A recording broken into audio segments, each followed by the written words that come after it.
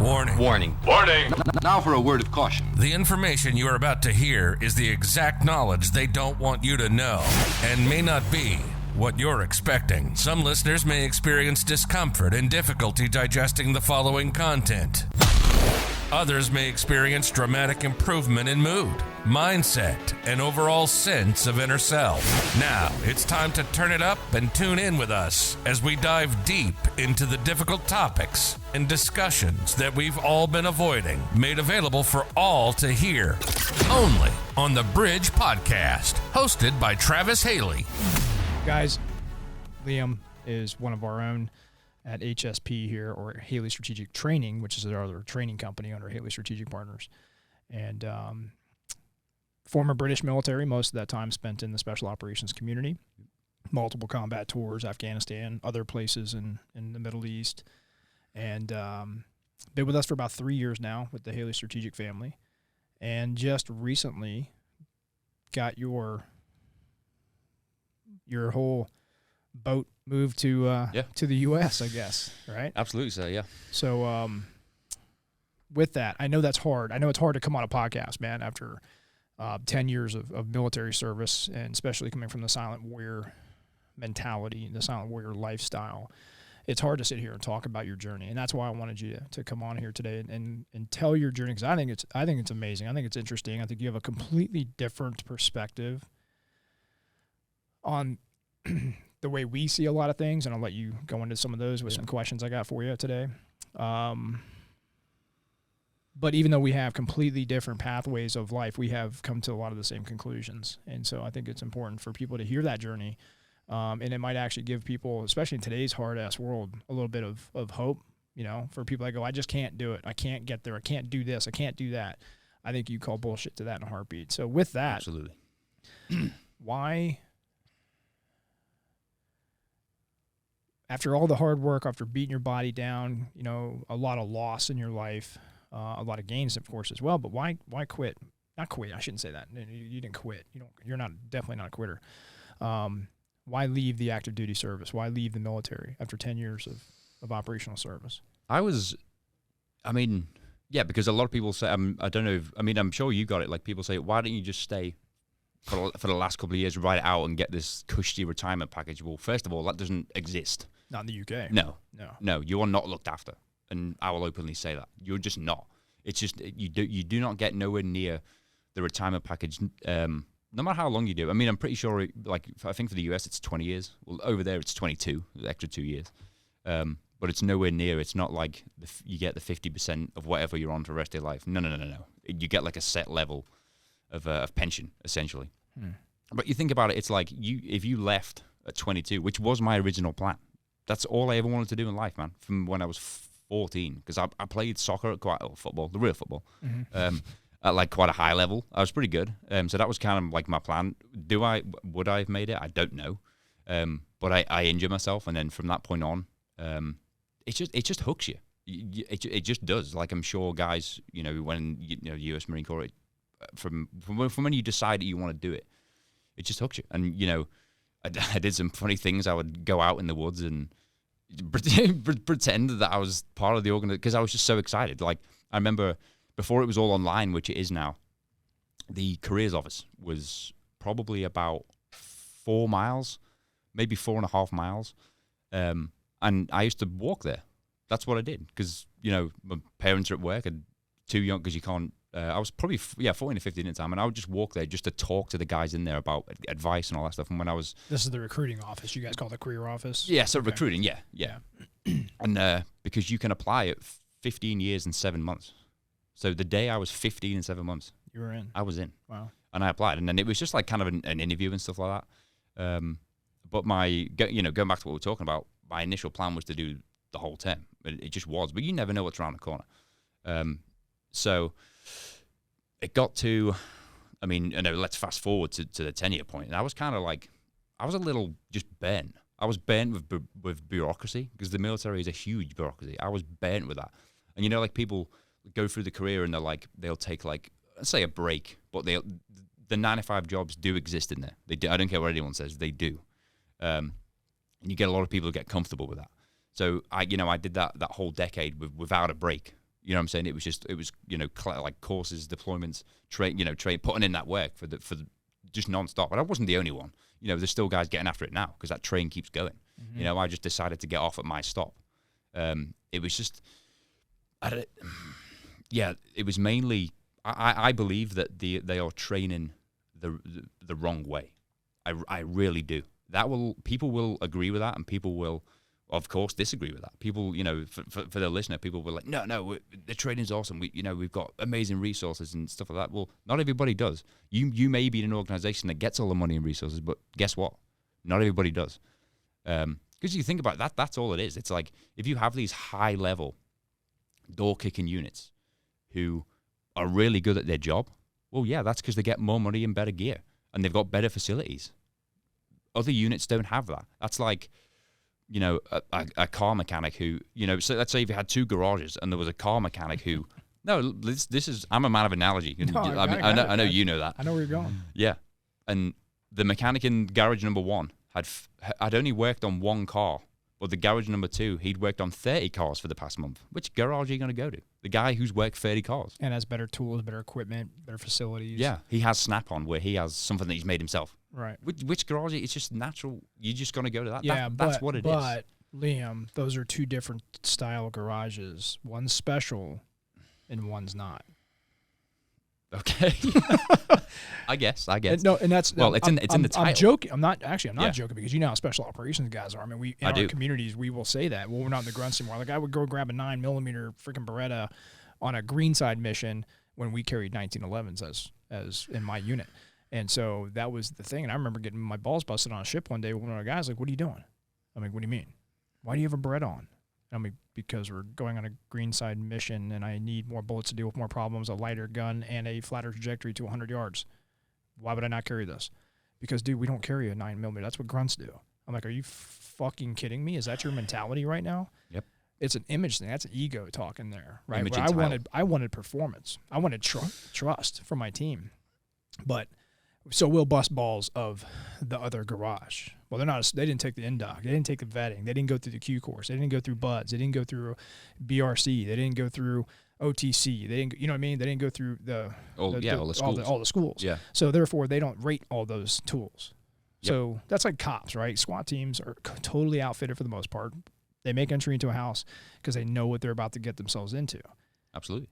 But the patrol officer pulling somebody on the side of the road has no idea what they're about to get themselves into. So which one of them should be more equipped? Exactly. The one that knows or the one that doesn't know? Exactly. How about we just equally equip them, equally train them? Yeah. Right? And they're different missions, so you may have a different car. You may have a more of a race car, high-performance car over here. Yes, okay, I admit that, right? I'm shooting 80 to 100,000 rounds a year because I have to. But do we say an infantry, guy doesn't need the same precision capabilities as a counterterrorism guy or a hostage rescue guy or another, like even White Soft? No, I think they both need that capability. Yeah. I would love to know every infantry guy, every special operations guy, every patrol officer, cop out there, every security guard, whatever you name it, every SWAT cop has all the ability to be a precision shooter and thinker. Why is that a bad thing? Because it's too hard to train all them, which you and I laugh at because that's what we do. Yes, every we day, do. Right? Yeah. We laugh. And it's always the lowest common denominator Right. mentality. And the hard part for you to sit here and speak about this today, I think, is because you're probably called the O word. Yes, which is the outcast. Right. Yeah. Yeah. Like I was called the H word. High-speed Haley. High-speed Haley. There we go. It's like, hey, you need to calm down. You need to stop doing those things. You need to stop thinking, why are you shooting so much? Why do you do competitions on the weekend? Why are you skydiving on the weekend, man? Yeah. We do that at work. Like we do. We do that maybe once a month if I can get the airplane to work for the Air Force or the Marines or whoever's flying for us. And then half the time that's not working. Then half the time my ops chief is fucking lazy and he's not booking anything for us. So then I go and book it. Then I get in trouble for booking the air ops because it's his job, not my job. But I'm like, hey man, you were busy. I was trying to help you out. I was trying to be professional, tactful, and assist you. I don't need that work. And now you're outcasted. Don't ever do it again or you're off the team. I'm trying to keep us training here. Well, the guys don't want to train because we train a lot. No, we don't. So yeah, that's an interesting. Clearly not enough, which is what brought me here. But still on the question of why did I leave? It was because of that.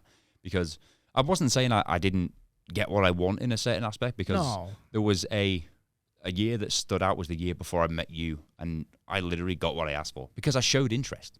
So I don't know whether budget was up that year or, you know, I was just very fortunate, but because I showed interest, all like the classes came up with like US Special Operations schools, which I did. You know, the class down in Mississippi, what a lot of the Special Operations team do, which I think still going. Mid-South? Yeah. I went there, but Lake Cormorant, Mississippi, yeah, which was awesome trigger time. Mm-hmm. But the approach now, what we have is different, because my approach then was different because I didn't know any better. I knew, but I didn't know. And then, you know, I got to deploy off the back end of that, went through all of like the cool, like say cool schools, like Sears School wasn't cool, but you know, I still got to like, I was exposed to it. What I'd been wishing for and dreaming for all the years prior to that. You know, we're talking like 7 years into my career at this point. And like, why is this all of a sudden happening now? Oh, because of the budget, because of the title. You think about like, I read a recent, I think it was in a book actually, and there was a guy who was in, I think, Congress, and he was at a high level in Congress. I can't remember what position he was in, but he got demoted for like, it must have been performance or something he said or something. And he said, when I was in that higher position, I was taken care of. I got a private jet everywhere. I got picked up from the airport, went to a fancy hotel, got everything done for me. But when I got demoted, I had to pay for my own flights, stayed in a budget hotel, had to Uber. So it wasn't me, it was the role. It was the role who got all those privileges. It wasn't the person, which is what kind of hit home for me. I was like, oh, hold on. Yeah, it's the unit that gets provided with all these gear and resources. It's not the people, wow. which really hit home for me. I was like, that's so true. Because, you know, this guy, I can't remember who it was. I read it in a book. I'm pretty sure it was here, though. I think he was in like Vegas somewhere. But yeah, I was like, that's powerful. That's so true. So true. It's the organization, I guess. Yeah. And I don't think you or any of us want to make people think that we had any or have any ill, like, I don't know, feelings towards the military or experiences or anything, because I have zero regrets and I loved and hated every second of it. I wouldn't be here if I didn't do it. I miss it every single freaking day. The job. Every day, right? I miss the people. Yeah. Right? Yeah, the guys. The guys that, even though some of them may have been, like you said something that was key, 9 to 5. Yes. What do you mean by that? Because why is there still, are you saying there's still 9 to 5 guys in special operations? I wouldn't say so much in that community, but in the military as a whole, yeah, absolutely there is. Because those 9 to 5 jobs exist, like clock watchers. Like it just is. It's there. They're everywhere. Yeah, but even in tier 1, I've been around tier 1 guys that you're like, why are you even here? They don't care. There are, and yes. I'm sure some tier 1 guys out there, but yeah, they're here, they're with us, they're everywhere, right? They're at the top of every food chain. It's just, you're always going to ask, why are you here? Why would you put yourself through so much pain, so much agony, so much time sitting in school, millions of dollars of training on you to just, like, hey guys, you want to go skydiving this weekend so we can work on our skill sets? Because we had a shitty jump last week, man. We're all over the place, landing in trees. No, bro, we do that for work. Like, that's a 9 to 5 guy to me. I'm sorry. Yes, it is. That's what I meant. Like, that's the world of good enough, like we talk about. Yeah, and then you become the outcast. Yeah. Or it's actually the outlier, but I think they mix those two words up. Yeah. And I would obviously call you an outlier because I can, because I ask you to come on board the team for specific reasons because of that, and I think that's where I would like defining the. I always ask people, like, what do you mean by, like I wrote here, becoming an outcast, right? What does that mean?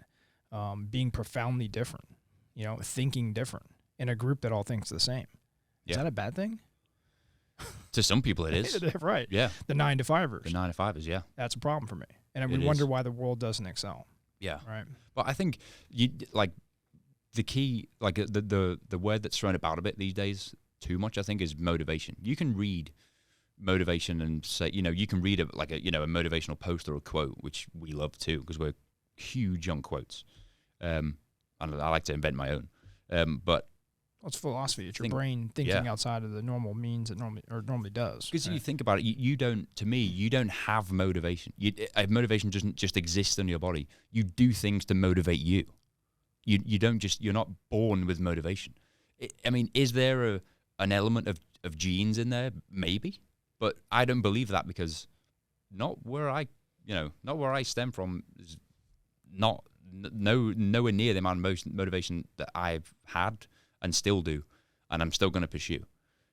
Something sparks motivation, in my opinion. It like I was saying, not to repeat it, but it's not just in me, and I think it was kind of like in my unit there was like a shooting event, I guess, and I was nowhere near at the level I was at now, and I'll be vulnerable. I was shit. But to me I was, and then it was the event like happened, and I remember doing reasonably well. I surprised myself. I was watching videos of you. I was watching videos of everybody here because it doesn't exist in the UK. Who can I watch in the UK that's gonna motivate me and drive me to be at that level? Who? So, which is, yeah. I almost said a guy's name, but never mind. Oh, no, definitely not him. No, he's in a hotel. But if that's what you're talking about. Yeah, but, yeah, I was. Yeah, but so I remember doing reasonably well, and I was like, I can do this. I can do this. Like when you're in the gym. I mean, we've all done it when you're in the gym and you got that pump on, and you look really muscular, like we were talking about earlier. It's like, but that's the same thing. It's like you see more, you envision more, and I was just this spark, just the fire just lit, and I was like, I can do this. And there was other guys, who I'm not in touch with now, sadly, who were really high level shooters, and I was, because to me you need mentors in life. You do. You do not do anything alone. I mean, I've done a lot of things in my life alone, but when I look back, I'm like, nah, I wasn't alone. We've always had a coach somehow, always. Some way. And I think if you refuse that, that's a very bad, dangerous, very dangerous thing. That's ego and pride taking over. Yeah. Because you have had help, even if... Well, that's what's wrong with leadership in the military, too, which is probably a whole other conversation we can get on later. But the leadership aspect, there's no coaches for them. No, because they are the coaches. Yeah. It's like a lot of people get promoted. Oh, I'm a CEO now. I don't have to do shit. I got 60-something people back here working for me. I can just sit back and relax. No. It's the complete opposite to what you do. In the last 5 years, I've found myself in more public speaking schools, mind architect schools, leadership courses, blah, blah, reading more books than I've ever had. And it's like, not because I don't want to. It's I love it. And I wish I would have done it sooner. It just wasn't my time, Yeah. And now I see it.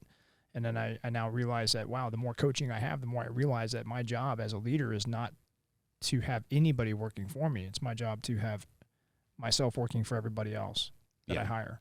Because that's my job. Hey, what do you need? Need me good today? You need anything? Operations, training, logistics, whatever. That's my job to do that now.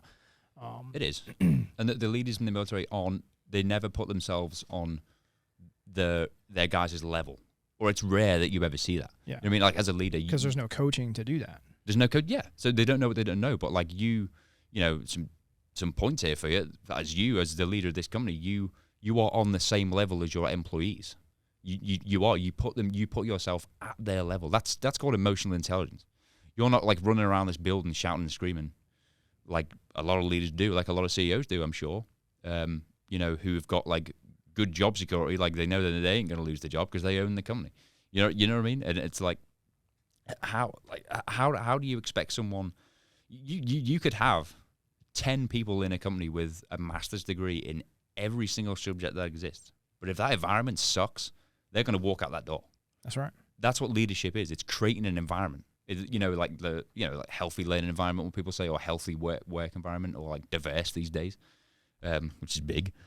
But that's what it is. It's one thing that I said to my guys. And Michael Jordan says this on The Last Dance.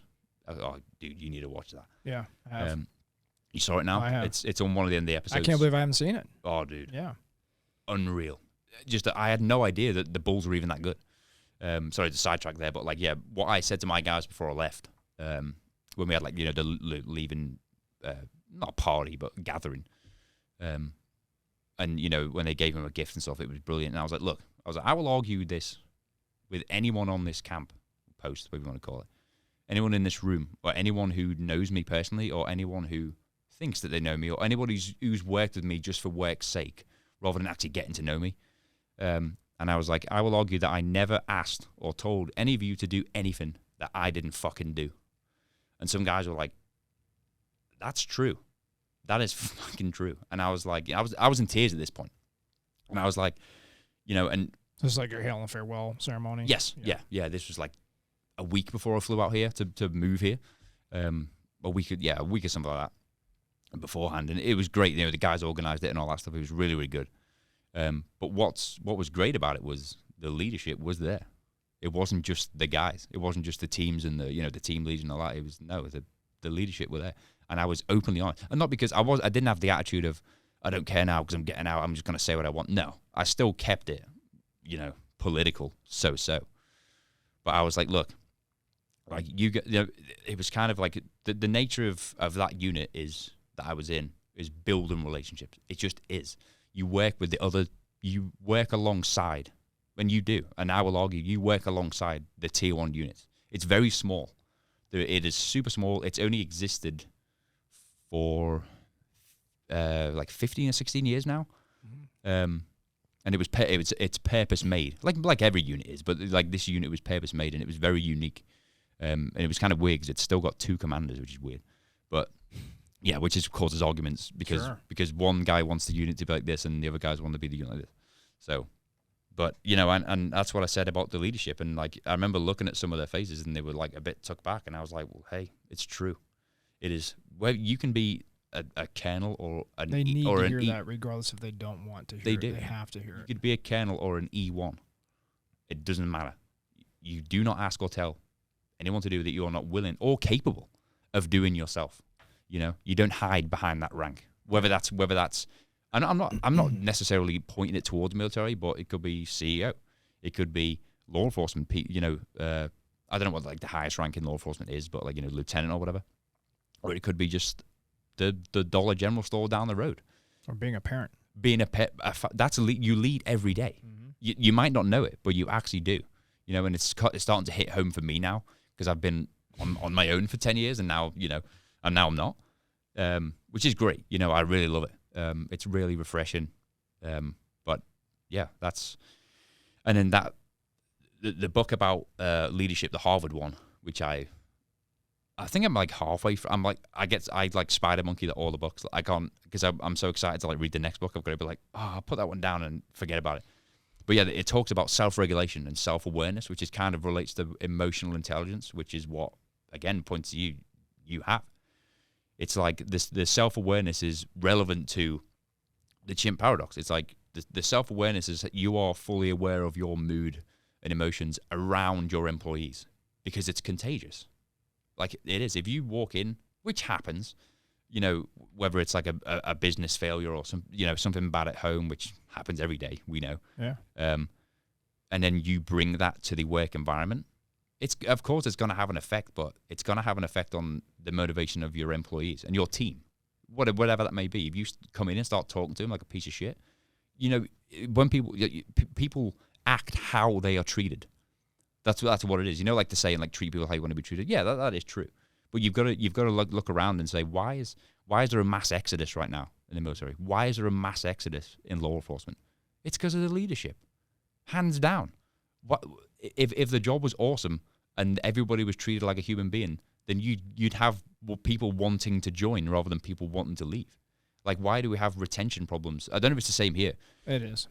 Yeah. It's probably worse. Well, yeah, especially in law enforcement right now. It's been pretty bad the last couple of years with all the shit going on in COVID, ever since the Ferguson days and all the crap that's happening around the country now. It's been a nightmare for law enforcement. Yeah. And yeah, I mean, we hear it, all the time from the horse's mouth. Like we just do, and we get the resourceful ones that show up out of pocket, and they just. I love that though. I really, really do it, and because it's the kind of people that we are, they're coming out of, well, you said earlier, motivation, right? It takes a very special person right now, and I think specifically talking about law enforcement, it takes a very special person to stay motivated. Yep. And to find the motivation to be willing to always be potentially wrong in everything you do. Be able to be ambushed at any moment without knowing that your life is about to be over, leave your family behind. Yeah. And a lot of people will say, well, they're just, like in the whole America world right now, it's like cops are bad. Well, I invite everybody to go out and live in the life of a police officer for just one day. I invite everybody to do that. Yeah. Even military guys that say, oh, they're just cops. I think cops see more bad shit on a daily basis than military guys could even possibly fathom. Absolutely, they do. Now, people might be like, how is that possible? You guys go overseas for 7, 8, 9 months, a year at a time, and you are like, it's a lot. War's hell, right? Now, war, I think, is more focused on because it's a catastrophic event. Cities are burning and they're falling apart. Like, look at the Ukraine right now, right? The whole country is falling apart. It's turning into ashes, just like we've seen in a lot of the conflicts that you and I have personally been in. Law enforcement, you don't see an entire neighborhood burning to the ground, right? Well, we have recently in the last 2 years with all the BLM and Antifa movements and things like that.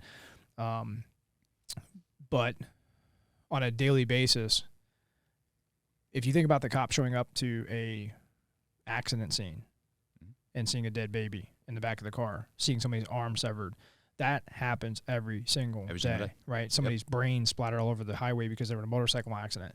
Or rape victims, or children being abused. Like, I found there was a baby stuffed in a wall. Somebody drywalled a baby into a wall one time. I'm not going to tell you where it was when I was in law enforcement. Right. And I was like, who does that? Mm-hmm. Like, not to, okay, there's sick people in the world. I get that, right? We've seen all the sickness. But who the fuck would drywall a baby into a wall? Why wouldn't you just bury it, throw it outside, do something? You know what I mean? Like, I'm not, don't fucking don't hurt a baby at all. I'll kill you. But to go to that extent of evil, to do that, try to sleep at night. Try to go home to your wife or your husband or your kids at night and try to explain, hey, honey, how was your day? And you got that on your mind, right? Yeah, that's where I give cops a lot of generosity as it pertains to their job. Regardless of how good or bad we may think they are. And there are good cops and there's bad cops. Obviously, there's good military guys, there's bad military guys. How many people know shitty doctors out there, shitty lawyers out there, shitty parents out there, shitty teachers out there? I mean, how many good ones are there? Right? We forget that there's a balance, but the problem, I believe, is this common enemy intimacy that you hear me talk about in classes as one of the biggest problems in our country and the world is if you're going to talk shit about cops, Liam, do it with me, right? And then we come together. Our interest, our common intimacy has nothing to do with you and I's relationship. It's that you and I just don't like that thing, that person, or whatever it is. So therefore, this common enemy creates an intimacy between us, but you and I have nothing else in common. That's like when you see people throwing rocks and shit through buildings not too long ago. There was literally people that would show up like, oh, what are you guys doing? Oh, we're just destroying the city. Cool. I'm going to get my frustrations out too. Why are you guys even doing it? The question was never asked. They just picked up a rock and started throwing it. So the question that's a very good example of common enemy interest. Or friends. How many times have you had a friend go, hey, did you hear what Liam did? To another friend of yours. What? Yeah, I heard that he, went through this weird thing that had this bad thing happen to him. Oh, fuck, really? That's messed up, man. Yeah. You just created common enemy intimacy right there. Yeah. And you broke the vault. You broke the braving system, which is the anatomy of trust. Something we do here at Haley Strategic, but that's a serious, serious problem. And that's what's happening in the military, going back full circle to this conversation, which I believe, to your question, why leave that at 10 years?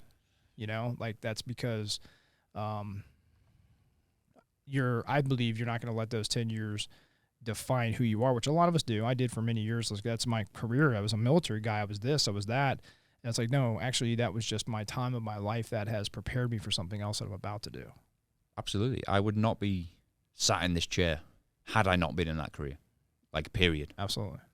So, I would not be wearing this shirt, which, now means the absolute world, had I not been in that career, because it provided me with the resources to come and do it, and it provided me with the.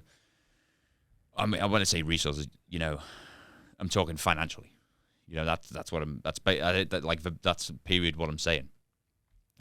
Because and then because I was so hooked on the shooting side of things and the marksmanship.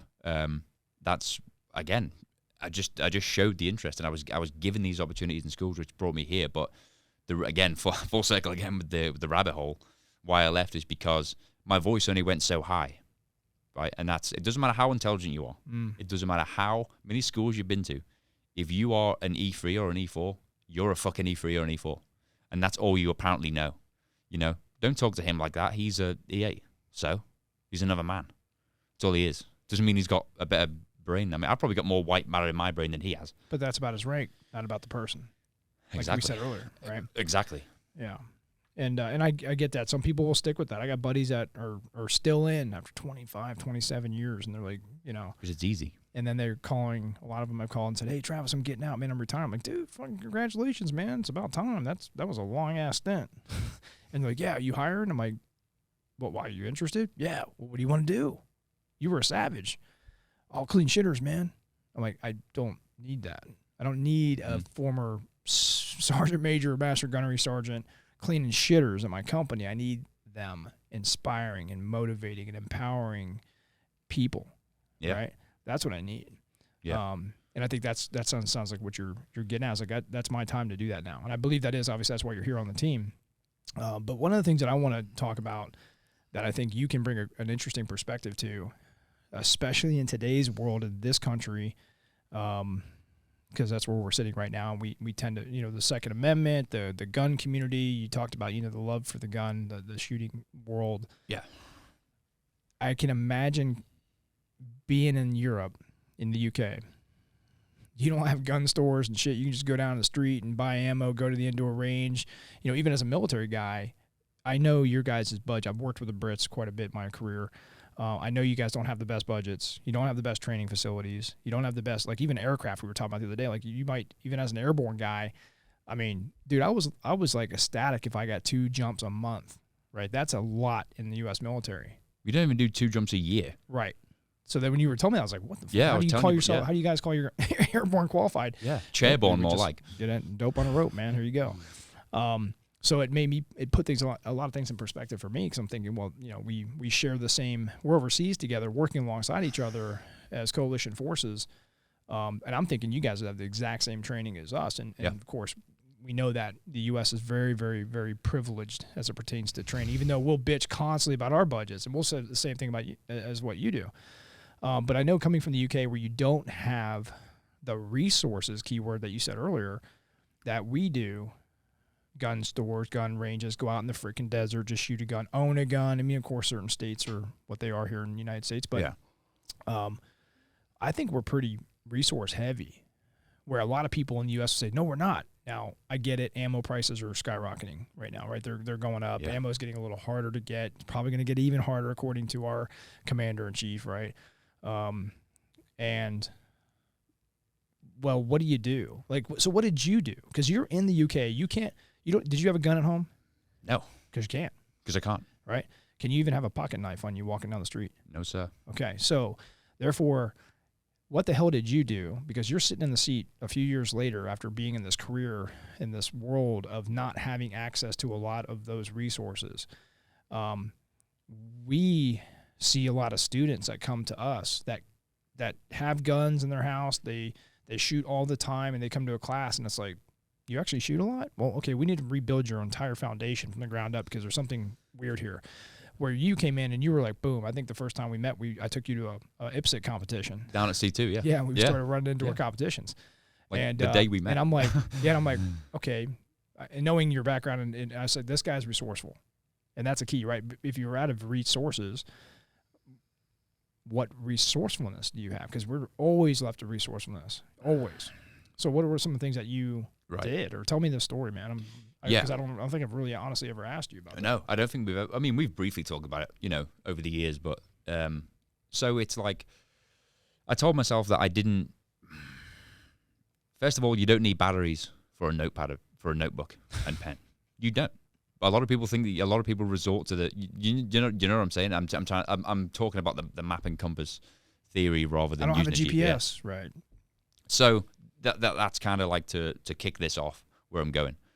But I was resourceful, simultaneously building resources but saving them to use those resources when I knew I was going to need them, or when I comfortably could without losing them. So the resourcefulness was in, I couldn't even take the guns. I mean, occasionally I could, but I would ask, could I shoot on weekends? Can I just go on the range? And because I had the credentials to do so. Nah, man, you can't do that. Why? Why can't I do that? The guy who can open, the armory he just can't do it. Why? Because it's Saturday. So what? I'm not asking you to do any. I'm going to do the work, dude, not you. Nobody works on Saturday. What are you, crazy? No, I know. Which is the same in the U.S. military. You can't go in the Army on Saturday. Even we can't even do that. I think in some units you can, but certainly in where I was, you can't. So that's where it started. Before I became extremely resourceful. So I was trying to like use my resources in my spare time. So I mean, I'm not saying I wasn't fortunate enough that I had a lot of like, quote unquote range time, because I had a lot of that because I was provided with it, because I just showed interest and just we just did. And fortunately enough, maybe there was a lot of guys who didn't utilize the facilities a lot. So I was like, fuck it, well, let's go and fucking do them. And a lot of guys did. I did work with a lot of highly motivated guys, and I believe at some point it was me who infected it, and it was to this day. I'm still in touch with a handful of guys, not all of them, obviously, and they're still asking me for curriculum, and I'm giving it to them. I am, because I know they want it, because they're not getting it. Mm-hmm. They're not getting that. So again, to full circle, I was like, okay, I can't go to a gun store, I can't go to C2 tactical range down the road here and just go blast off rounds. But what I can do is I can go. I own a computer. I can afford to buy a computer, and I can own a notepad and pen. So let's see what's going on. Let's see what's going on in that other world of the United States of America, because that's where you can do it. I mean, I know that you can shoot in Africa and whatever like that, but like the United States just stood out. And when I was talking about that motivation thing, it was like, okay, I couldn't even sleep. I had so much motivation to get better at this field and at this craft, right? That's what it is. Even though I didn't have to master. Like, I know you talk about being a jack of all trades, even though I didn't have to master a lot of them, but I was so focused on mastering, and that's why I was provided with all these schools. I was so hyper-focused, I just couldn't wait to get back on to the range or back into the kill house. I just couldn't wait to, deploy again.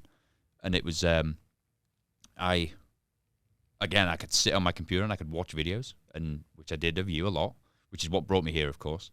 And it was, I'll be honest, I didn't stumble across Haley Strategic Partners. I was introduced by another person through Haley Strategic Partners. And then I was just hooked, like really, really hooked. And then I was looking at of course I was. There's multiple, in this country or around the world. And I was just watching videos, and I was just taking what I could, and I was putting my own perspective on the approach. And on.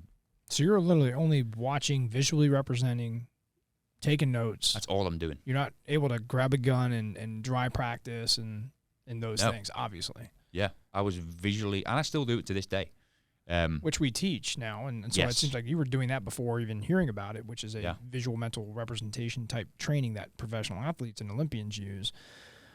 That's probably the greatest resourcefulness tool you could ever have. There was a study, again, to sidetrack, there was a study in one of the books that I read saying they had like a bunch of kids doing, or like teenagers, like to do it. I can't remember what the task was. It was like a team building task. Okay. I remember a basketball one.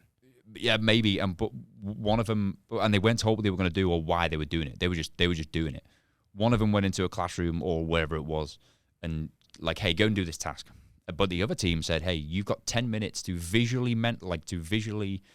mentally visualize what you're about to do, and then you're going to go and do it. And the performance of the visual representation was. There was one that was actually similar to that. It was 2 weeks. Yeah. 2 weeks they put 50 high school basketball players on a court and showed them this new type of move, and they had to physically, practically apply it.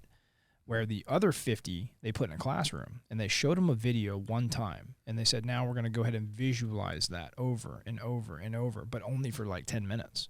Where the people on the court played for like over a half hour, an hour, or something like that, a day for 2 weeks. And at the end of the 2 weeks they put them together, you could not tell a difference. You couldn't tell who was who. And so what they did is through, of course, brain mapping and neurofeedback methods and EEGs and SPECT scans and all that crap, I'm sure they did, where they found that the brain was actually creating the neural pathway development exactly the same, doing a visual representation of what they're about to do versus actually physically doing it. And they found that there was actually cleaner movements from the visual people than the physical people. Yeah, because in your mind, you're doing it perfectly. Right. Yeah. Where in your body, you'll subconsciously let your body take control and then start doing it wrong. And that's what they started to realize. So anyways, that's what you're doing. You're at home freaking visualizing all this crap. Yeah. Say home, just my 15 square foot room on the military base. That's all, that's all I had. But I was like, hey, this is what I've got. And I was saving up the resources. So, we talk about resources. Like the biggest one is finance. Like it is, like, let's be honest. So every single time I was being resourceful, I was saving, and I highly advise guys who want to be at that level, which they're definitely out there. It would to do that, make the most of not having to pay bills, having a roof over your head, having a bed, having a shower with no worries. You have the most secure job in the world. You cannot be fired. You cannot be fired. And you automatically get promoted. And yeah, right, yeah. You literally could forget how to spell your name, and you will still have a job. You just look down at your uniform, like, oh, there it is. Oh, there it is. Yeah. Well, we actually don't have that. But yeah, so we do forget. But no, so yeah. I mean, I would, and guys who do know me, and I mean, and I'm talking about a personal level, because there was guys who I'm sure who knew who I was, because I remember there was word of mouth and people.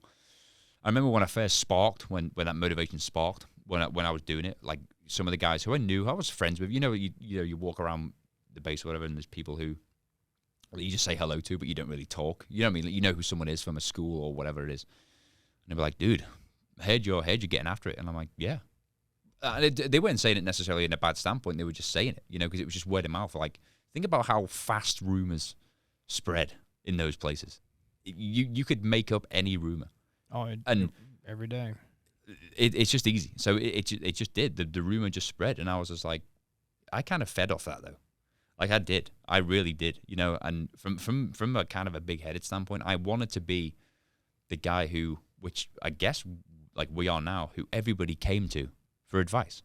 That's what I wanted to be. I like, hey, how do I hold the gun better? How do I do this? Talk to me about the ballistics of 9mm, whatever it may be. And it might have been in other like genres or subjects, but there was other guys for that. And but I was appointed that field. So, and that's another advice for business. If someone's in a job but shows interest in another field, then put them in the fucking field that they're interested in. You know what I mean? And people will, and then give them a task. But not necessarily, if you want to put them in power, because that's how you test a man or a woman. That's how you test a person's character. Put them in power. Mm-hmm. That's how you test it. Because people can like withstand adversity. People can do that. But if you want to show their true colors, give them a power position. Yeah. And just see what happens. I agree. Yeah, and I have seen it go drastically downhill, and I've seen it go drastically uphill. With many different types of people, it's so interesting as to how, like, maybe when that chimp brain kicks in when someone's got power over somebody, what it does to a person, what it does to a human being. Yeah. So what's your conation levels again? I am a 5.546, which was pretty surprising. I don't know. I didn't know what to expect. It's pretty even keel. Adaptable. You're definitely, well, I think so what we're talking about is conation, right? It's something we've talked about probably in past podcasts, and it's something we work with the Colby Corporation here out of Phoenix, and it's a simple test called a Colby Alpha test, KOLBE, if anybody's interested out there, and some of you may have taken it. It's the only test you can't lie on. Yeah. And it's an instinctual test, which means it's testing your conation, not cognition. Cognition is we talked about the prefrontal cortex, the human brain, the conscious cognitive processing of information so I can make better decisions in life. This is what you're born with, right? Your ancestral genetics and things like that. There's a lot of things going on there. So what's your motive as a human being? And I love it, and I've been using it for over 15 years. And in my last two companies, everybody here has an index. We know everybody's level, so... and just not to go into too deep on this because this is your story and your journey, but I'm wondering if there's a connection there because you're a 4.4. No, you're a 5.546. Yeah. Right? Mm-hmm. So you're mid-level on fact-finding, which is how you gather and share information. You're mid-level on systemizing, following through is the blue category, which means that you can go either way. You can really be systemized or you can fucking wing it. And I don't care what socks I'm wearing that day, right? Yeah. And then the 4 in quick starting, I thought you'd be a little higher in quick starting I did too. because I'm a 7. Oh, yeah. I'm very low in follow through, mediocre in fact finding. The cool part about it is you can only score high in 2 categories, meaning your dominant category is implementer, the last one, right? The third one is quick starting and then following through and fact finding. Well, how I quick start your 4 is how you deal with risk and uncertainty. Well, it doesn't mean you're not going to take risk, right? Because you're lower on the scale than me as a 7, right? You're still going to jump out of a plane. You're still going to go into a house. You're still going to shoot. You're still going to take all the risks that life throw at you. It's how you go about taking the risk. So if you're higher in systemizing, you're probably going to come up with some system before you do that, where you would actually do that before you quick start. But yet your story is get out of the military at 10 years when you wanted to do 22. Yeah. I'm the same way. I got out at almost 15 years when I wanted to do 20. Yeah, there you go. And people busted my balls every day. Like, what are you doing, man? You got 5 more years, you could retire. I'm like, I don't want to do that. I'm not able to. I think it was my voice as well. It's kind of interesting you said that because I wasn't free to really share my voice with people. And maybe it wasn't the time to share it because I realized looking back, I'm like, damn, I should have kept my mouth shut a lot more. But that's because I'm a quick starter. But your implementer is the highest category, which is what you'll insist on going towards every time. So quick example, we put a box down of a product or something and we have to build this table, right? Mm-hmm. You and I are going to start looking at it and going, okay, this looks pretty easy. Here's the parts, here's the pieces. Let's go ahead and start implementing, right? Yeah. I'm going to quick start to where I just look at the picture, where you might go, let's check the instructions really quick. All right. So it depends on what the project is, of course, but innately you're going to always try to insist on doing that action category. We love it here because it allows me to go down to my engineering staff and be like, oh shit, he's a high follow-through guy, low quick starter. So I'm not going to say, dude, you got to get this done like right now, because he's going to freak out and his brain's going to start smoking. Instinctually, they all do that. And some people are probably resonating with that right now. Versus some people just, let's just wing it, man. Let's just figure out what happens. No, we have to have a system. Dude, let's just figure it out, right? Like our engineering and our black side, design teams constantly butt heads because they're like, let's just experiment, black side. Right. No, we got to have a system and a process.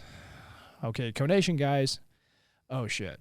Hey, sorry, we can't act like that. So it also allows us in shooting, as you know, when we go on the line, we look at somebody that's a high implementer like you. I'm not going to bore them to death with details. I'm going to show you. And you're going to probably sketch it, draw it, which is what I imagine you were doing then as you're watching these videos. You're reading things and you're building this structure of information, of knowledge and discovery. Where I was like that too. That's how I would sit there and watch videos and just scan, and I'd write notes down like, okay, how is that person drawing that gun that fast? Yeah. I can replicate that. I can go out and literally physically do it and go, that doesn't work for me. And then I'd find my own version of it that worked. Yeah. And I noticed that with you. I'm like, okay, is he really going to shoot that well coming from the UK and not having the experience like most of us would in the US? And of course, you probably one of the more deliberate instructors that we have here. Which is more important than just speed or just accuracy or, doing all the whiz-bang stuff. Because deliberate practice, as you know, is what creates all those things. Oh, yeah. That's the foundation. That's what we want. So yeah. So, and I was creating my own books. It was super nerdy, but I loved it. I was like creating, and then, but once guys started seeing that, this was all just handwritten. It was just, I would go to, what we call Walmart here, over there, supermarket, grocery store, whatever, where sold all the notepads, and I would just buy like a binder and a bunch of notepads, and I would separate. I'd be like, okay, this is handgun, this is, carbine, and this is like this is ballistics. This is what, and I would separate different subjects, and I'd have, it's all interpretation. Like it's not translation, it's interpretation, right? I'm not writing things down verbatim. That's the difference, right? So you're almost creating your own theory. Yes. Like we talk about in our instructor development today, it's like theory. How do we take theory and turn it into law? Yeah. You actually had to come here and test it. Oh yeah, I did. And you did. Yeah. And then it's like a lot of your theories worked. Yeah. Yeah. Yeah, they did. It was just. So I just find it interesting because I think a lot of us in the U.S., I see a lot of people in our classes constantly, as you've heard, bitching and complaining, like, dude, how are we supposed to train nowadays? What are we supposed to do? It's already expensive enough to come to these classes, and it's like, I get that, but you've got to also be resourceful. Yes. Well, I feel like I dry practice like every day. Like, no, stop standing in your in underwear doing speed reloads in the mirror. That's not dry practice, No. Dry practice is, I would start with the visual, mental representation Absolutely. training. Like, if everybody was to sit there, you know, from a shooting standpoint, or something maybe daily, like imagine getting in your car. So your brain probably just skipped through a lot of steps and you're sitting in your car. No. Go back to outside and you just shut your front door. Can you feel the doorknob? Mm-hmm. See what I'm saying? Now we're visualizing something. Right. And now you turn around and you look at your car. Okay. Maybe it's in your garage. So I walk out of my garage, I shut the door, and I see the door handle. I walk up to it and I imagine it, you know, I grab the handle, or maybe you got a Tesla or something and it automatically opens up. I'm visualizing all those things. And I get inside and I shut the door. Now I feel my foot on the pedal, right? And the car, I start it, and then I start putting my seatbelt on, and I literally feel myself grabbing that strap and putting it down and plugging it in. Like, these are simple everyday concepts, right? That we know, I know how to do. I don't have to think about getting in my car. No, now convert that in your mind to clearing a double feed. Malfunction on a rifle, let's say, right? Yeah. So now I would sit there and close my eyes as a deliberate representation training, a visual representation, like an athlete would do before he grabs that bar, right? Before he does that clean and jerk or that snatch, like an Olympic power lifter. What do you think he's doing when he's standing over the bar with his eyes closed? 100% visualizing. He is visualizing, and we can't stress that enough to shooters and or drivers or skydivers. Like, you see it like 10,000 feet, man, on an aircraft when we're jumping. What does everybody do? Closes their eyes, puts their head down. You'll start seeing them even move their hands. And they're almost like doing this dance move in there. And you're like, what's going on? Everybody's visualizing. Yeah. Because about what you're about to do is risk your life doing something. Oh, yeah. A lot of times we pick up a gun, though, and go, we're just going to the range and shooting. No, you're about to risk your life when you grab that gun. Every day you carry a gun on your body, you are introducing lethal force every single place you go. Right? People don't realize the responsibility. Why would you not want to visualize that? Yeah. Why would you not visualize that feel when you look and you see that double feed and you go shoot, lock on a pistol, charge on a rifle, right? Oh, switch hands. Shit, I did it wrong visually. Do it again. So how many times have you messed up a visual representation that you caught yourself on? That's the objective of doing it. Yeah. Until you can do it flawlessly. Mm-hmm. Right? Yeah. And do all the mechanics that you need visually. And then what do? You test that theory. Like we teach, we go out to the range now, and you take your theory and you test it and you repeat it over and over and over. Yep. You measure it constantly until you go, shit, that worked. Now your theory becomes what? Law. The law, yeah. Yeah, but that you've created. That you've created. That you've created, So I think that's interesting that you share that from a perspective where, like, I did not have guns. Yep. But now you, in a very short amount of time, are a world-class firearms instructor.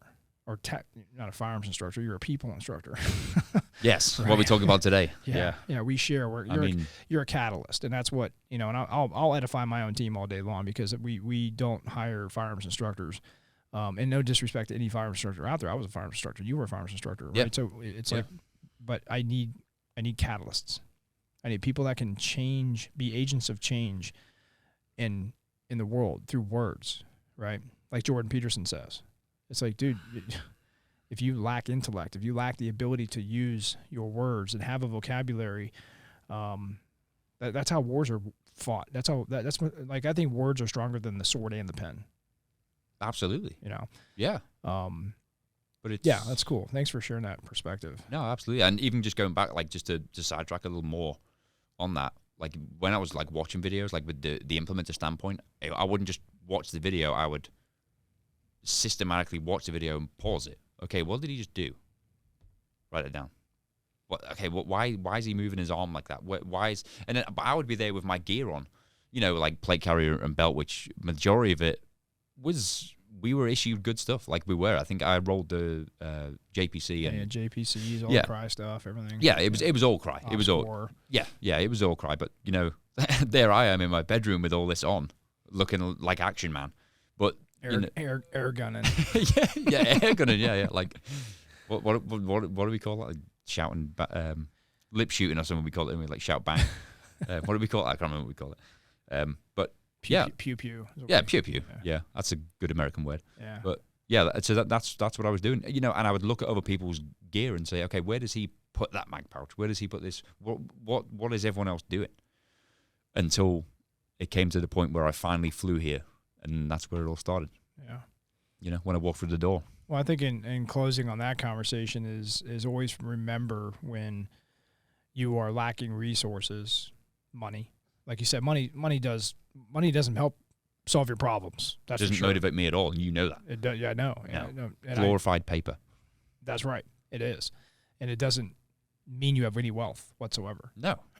It means that you might be able to go do stuff like shoot guns, buy ammo, Yeah. like things that I want to be able to Yeah. accomplish, because the wealth for me is the actual doing the things I want to do.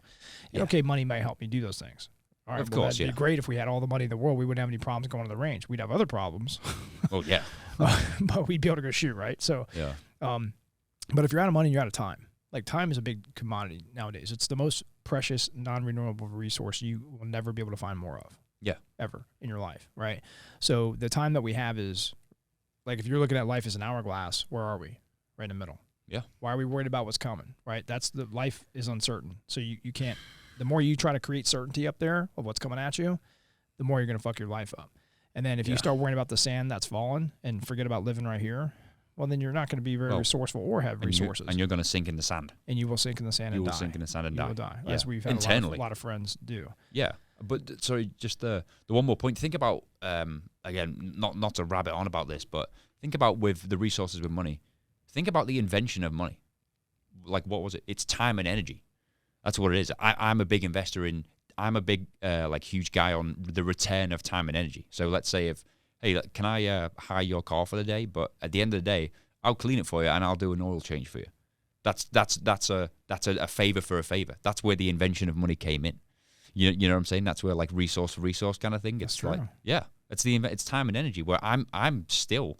I mean, you told me today with the old soul mentality. That's what I am. I'd rather return someone a favor with time and energy rather than just glorified paper. Yeah. You know, I mean, that's because you see things from a different perspective. Yeah. I'm not saying that I don't want to make a living or survive, of course, but you know, I think we all. I mean, you'd be especially in America, right? You'd be stupid, not trying to make a dollar doing what you love. Yeah. Because I got to feed my family. I got to put my, I got 100%. I got a big family I got to feed here. Yeah. And we love. I mean, like the old saying, I never have to work a day in my life. I really don't. Yeah. I'm sitting here right now, not working. I'm having a conversation. I'm loving life and living it to the fullest by helping other people, by sharing information. That's all I want to do. That's the whole reason you ask, why am I here today? Because I want to see what happens. Yeah. I literally want to see what happens tomorrow and the next day. Right. And I think that allows me to also realize, like, man, be grateful for the resources you do have, because they're going to go away. They will go away. You will hit rock bottom. You will lose everything in your life.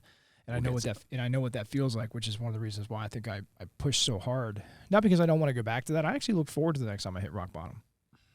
I do. Yeah. I do. Because I realize how much growth has happened from fucking up in my past, from being wrong in my past, from not doing the right thing in my past, by lying in my past, by cheating in my past, by stealing in my past, by everything that we've done, from kids, from there's a candy bar, to fucking up in life in general, at a job or in the military, or killing the wrong person.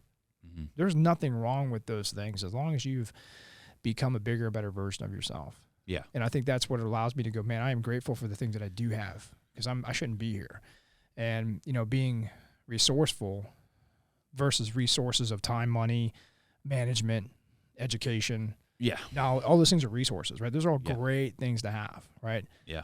It's like my kids right now getting older. One drives, scares the shit out of me, and I'm fearless. The other one's trying to. And I'm like, he's like, well, I can't go anywhere, Dad. I'm like, you can't? Why, just because your brother has a car, you can't go anywhere? Well, it's not fair. Well, it's not your time yet to drive. So what are you going to do to be resourceful right now, because you can't have the resource to drive somewhere? Get your ass on a bicycle and go. Get your feet working.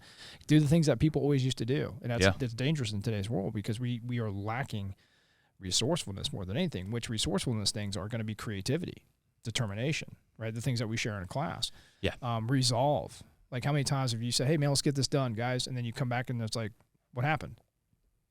Well, boss, you weren't here, so we didn't know what to do. We didn't want to make a bad decision. Like, so you're telling me you lacked resources because I wasn't here. Yeah. Well, yeah. You're also telling me you lack resolve, which is a resourcefulness that you never lose.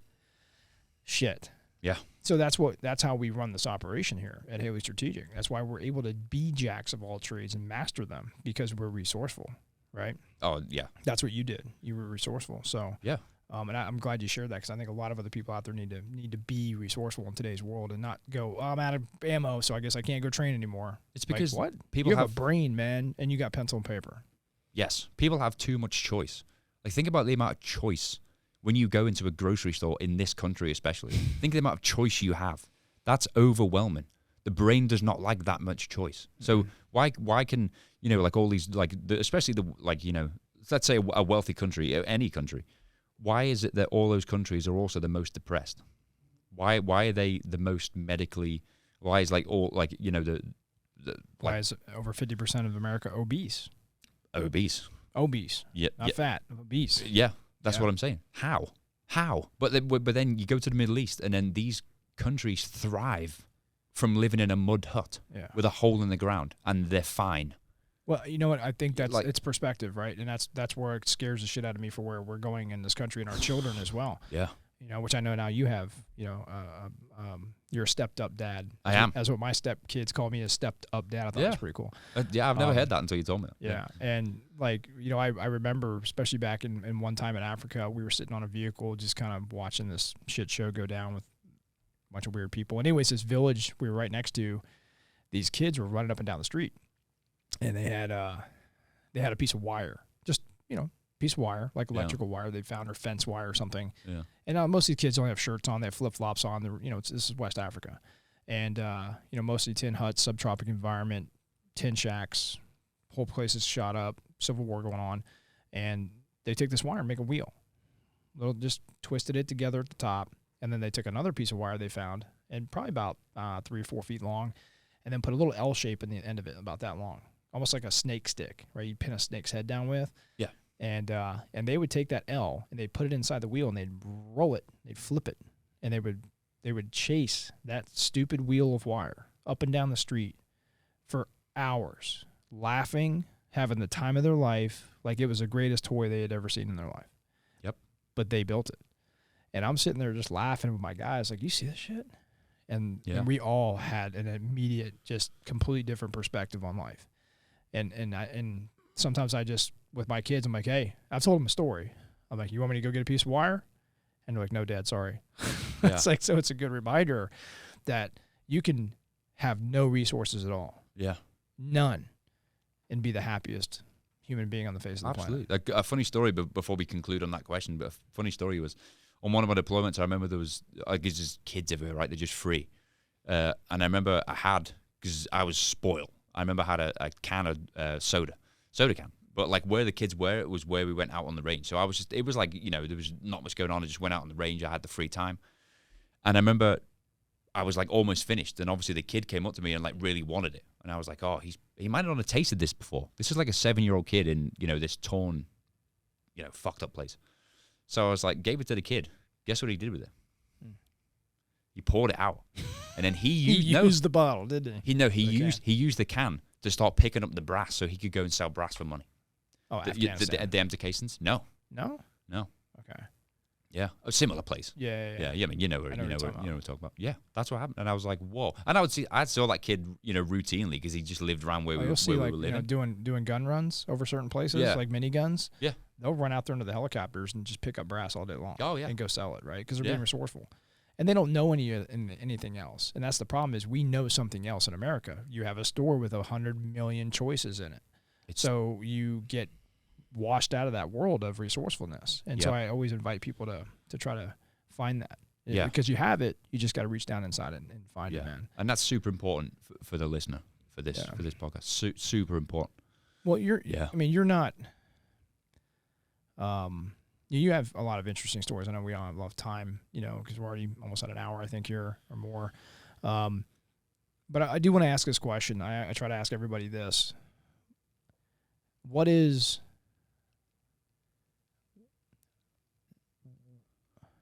a catalytic moment in your life that instantly transformed you? Like, what's the biggest one? The biggest one was the loss of the most or most, the closest human being possible to me. And I'm talking like it wasn't a shock. It was coming. But there's a difference between like something's coming, but there's a possibility it might not happen, but it did. And that was just, it was literally life changing. Like the minute it happened, I remember like looking out of a window and I was like, wait a minute, this is the God's honest truth. I remember looking out the window and going, why is the world still running? Why is there people walking across the parking lot? Like, is someone going to do something here? You know what I mean? Like it was starting to real. I was like, whoa. No, this is not real. Wow. And I was like, it was tachypsyche really, really hit it. And I'm talking like I could see every detail of every car in the park that was driving past, and I could see blades of grass individually, and I was like, this has just happened, and I was like, this is completely life-changing, like just completely. And I'm not, I'm not saying that I'm the only person in the world that this happens to. It happens to everybody, but that was the time it happened. I was 22. So yeah, it was a new path, but. Is this operationally? No, this is my mother. Yeah.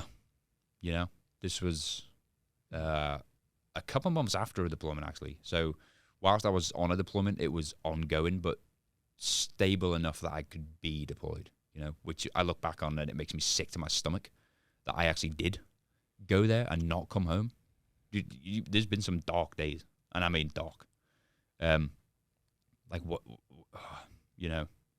can't buy that time back, man. I could have all the money in the world. Right, if we talk about it, right? You could have all the glorified paper in the world. You could offer me every single buck on this planet, but you cannot buy that time back. You just cannot. And it's life, it's life. It just is. But it's natural to always look back. I mean, it's natural to always look back and say, what if? And it's a horrible thing to say, because you should never say you should have. I should have done this. You shouldn't say that. No, it's regrets. It's regrets. You don't want regrets. regrets. I'm not a big believer in. It's kind of weird to say, because it's like, have I got regrets? Yeah, I'm sure everyone has. I wish I didn't do this, but at that time at the moment in time, that's what you wanted to do. So why are you regretting it? You chose to do that. No one was forced. Unless you were forced to do it. I hope not. But I chose, because think about like that was the career. That was all I wanted to do. And that, let's be honest, you joined the military to deploy. If you don't, I'm worried about you. Yeah. You do. And I was so fortunate enough that I joined and I did what I would join to do. That's kind of an off subject, but yeah, it was because of that, and I look back, I'm like, why? But I'm fortunate if that's, that I was there. I was there. I was present. What did that do for you? What did that do for your life to lose your mom at transformed me. An early age? Completely transformation. Because I'm sure a lot of people can resonate with this, man. Oh, it's not yeah. about, because I was even stumped for a second. I was like, wait, is he talking about something operational? Which I'm sure a lot of us listening probably go, wait, he must have lost a teammate or something in combat. Yeah. It's like, actually more close to home. Literally at the home. Closest you can get to home is your mom. Yeah. For the most part, yeah. So what did that do for you? It was a complete transformation. In what way? That happened on the Friday, and I was in work on Monday morning. I was offered the time off, and I can, Was that to get your mind off of it, or? It was a mixture of things. It was, but because I remember telling myself, or, spiritually telling my mother that, hey, I'm still at an age and I'm going to make you proud. I'm not going to go down this. I'm not going to end up in the gutter just because you're not here anymore. I'm not going to go down. I'm not going to go to the bottle and look for answers at the bottom of a bowl. But no, I'm going to go and look for answers as to who could I be in life.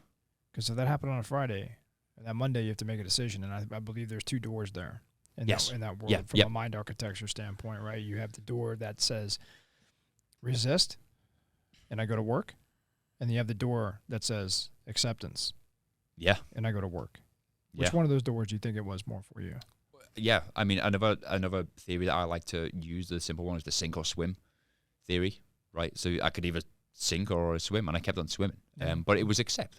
Sink is resistance, swim is acceptance. Sink or swim, right? And it's you are right. You know, we are a species of decision makers. People don't think that, but you decide, you make decisions every second, with intentions. There's an intent behind everything you do.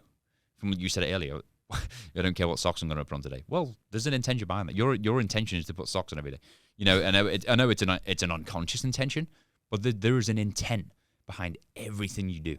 What are your intentions? And my intentions was to go back to work, start putting solid work in, and this is where it really ramped up. This is where I wasn't even sleeping, to the point because I just wanted to a percentage of it. You're right, a percentage of resistance.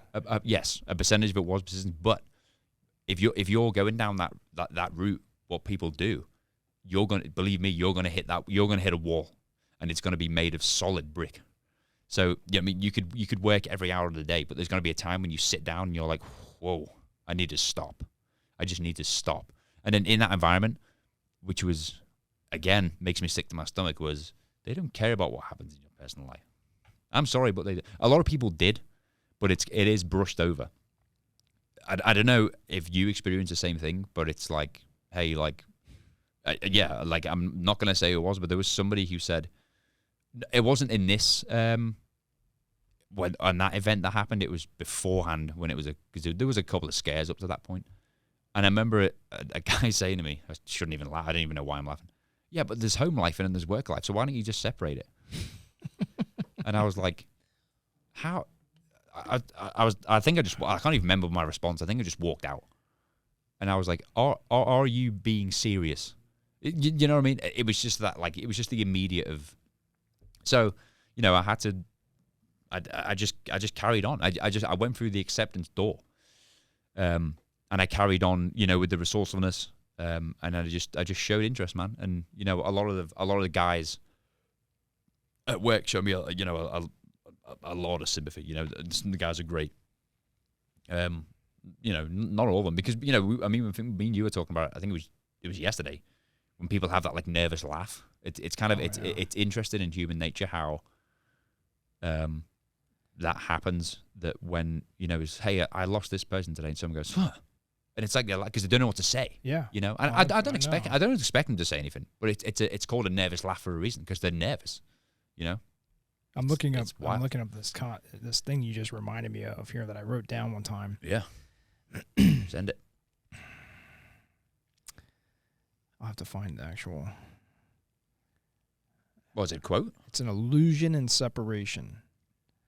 Right. Yeah, I wrote this, home and work, right? You're talking about this like, just separate it. I think that is the biggest bullshit in the world. Yep. Right? Because I even wrote, I'm going to read this. It's a short paragraph. Have you ever heard somebody say they were happy at work and not happy at home, or happy at home and not happy at work? Or have you ever heard somebody say, hey, man, leave that shit at the door, right? Like, separate your work from life.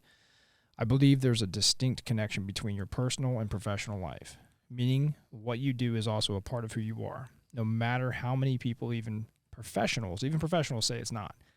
I believe this is an illusion of separation, specifically in regards to personal and professional happiness, and needs to be a part of self-actualization, not necessarily by the individual, but also by the family members or employees, employers, or teammates, etc.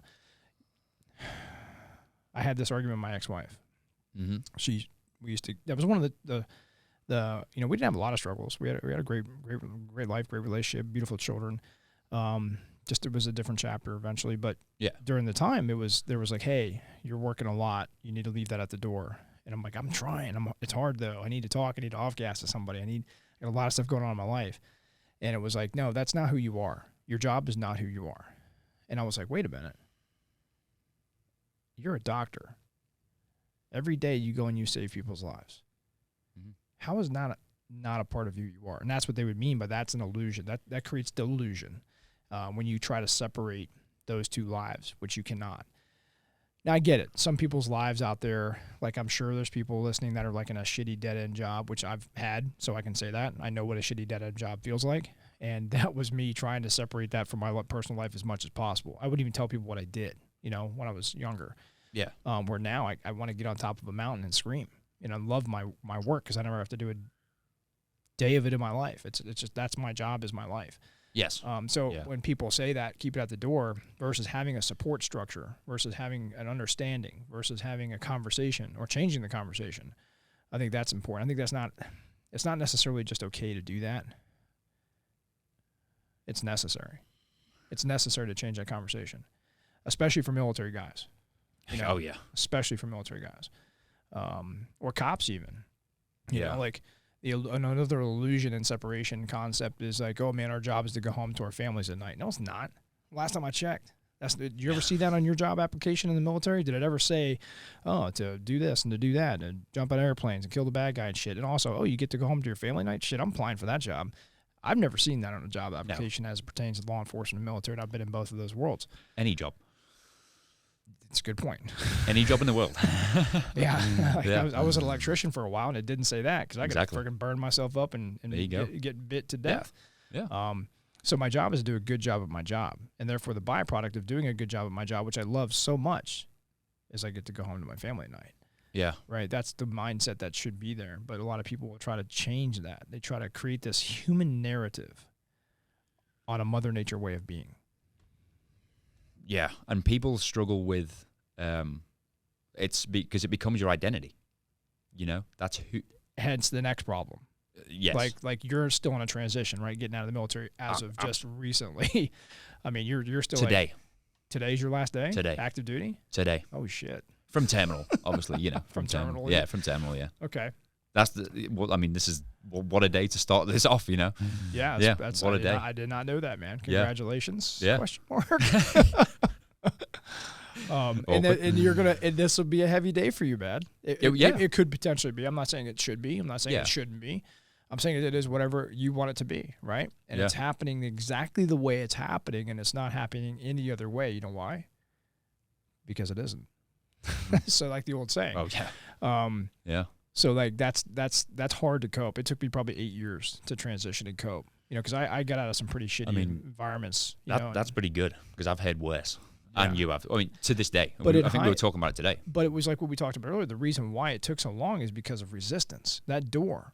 Every day I woke up and I was like, I'm not out yet. I don't know why I actually made the decision to get out, but I'm not out. I don't feel like I am yet, so I'm not going to feel that way. So today I'm going to resist being out, and I'm going to still think I'm in, but even though I'm out. Now you're creating another illusion, which creates a delusion. Yeah. I hope in hindsight you get there quicker than a lot of us did. And I know you're already on that path because you already have the security of knowledge, the security of what we're doing for people and helping people. Yeah. I know you see that. I don't have to tell you that at all. Yeah. And so I think that's something I didn't have at first when I got out. I didn't know what I was going to do in the world. I had these grandiose expectations of going up and continuing up the chain and the spear, and being, top tier one. And I was like, in other opportunities that were presented to me, I grabbed them and I grabbed them and I grabbed them and I grabbed them. And next thing you know, I realized I don't need to be at that thing that I thought I wanted to be. Right. Because I was so connected to my past of being a military guy. And that's what kills people. I've lost. Absolutely, it kills people. As of when we were in Florida, we were teaching in Florida. That was 4 weeks ago. Yeah, a couple months. Yeah, a month ago, some of that. Remember the. Sorry. The suicide. Yeah. 31 people that I know closely. Oh yeah. That was a big reminder for me. Like, holy shit, why? Yeah. 31 people that committed suicide, not including the people that I've lost and from combat operations that are no longer here. And a lot of the guys that committed suicide, I believe, held on to that part of their life so much, and they've lost their purpose. That's what it is. And they didn't know what to deliberately do anymore.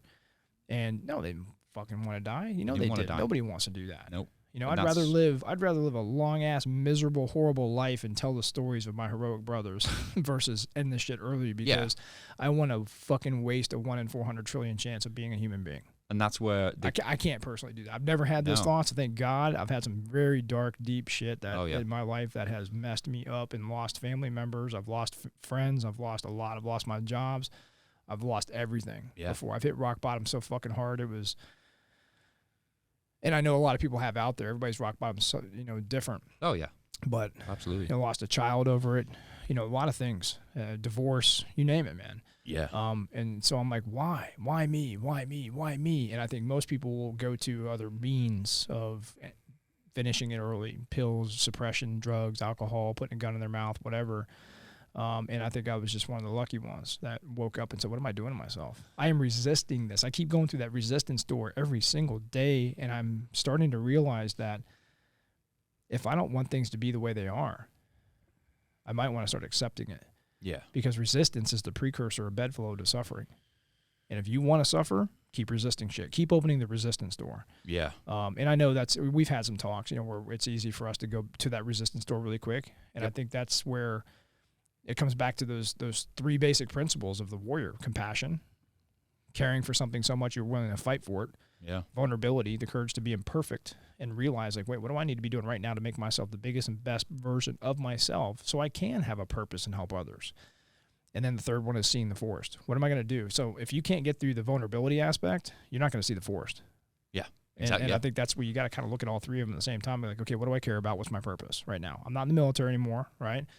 I'm not in law enforcement anymore. What am I doing with my life? And then what am I, what am I caring about? So what am I going to do? What am I not doing the best right now that I can be doing better? Vulnerability. And then let's actually write that vision down, right? I know where I came from. I'm very proud of that.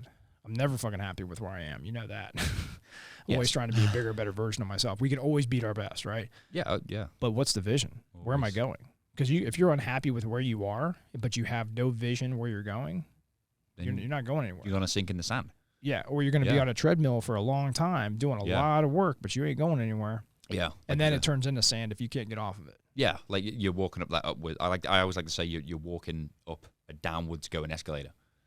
You know what I'm saying? Like you're walking up something that's coming down on you, and you just don't move.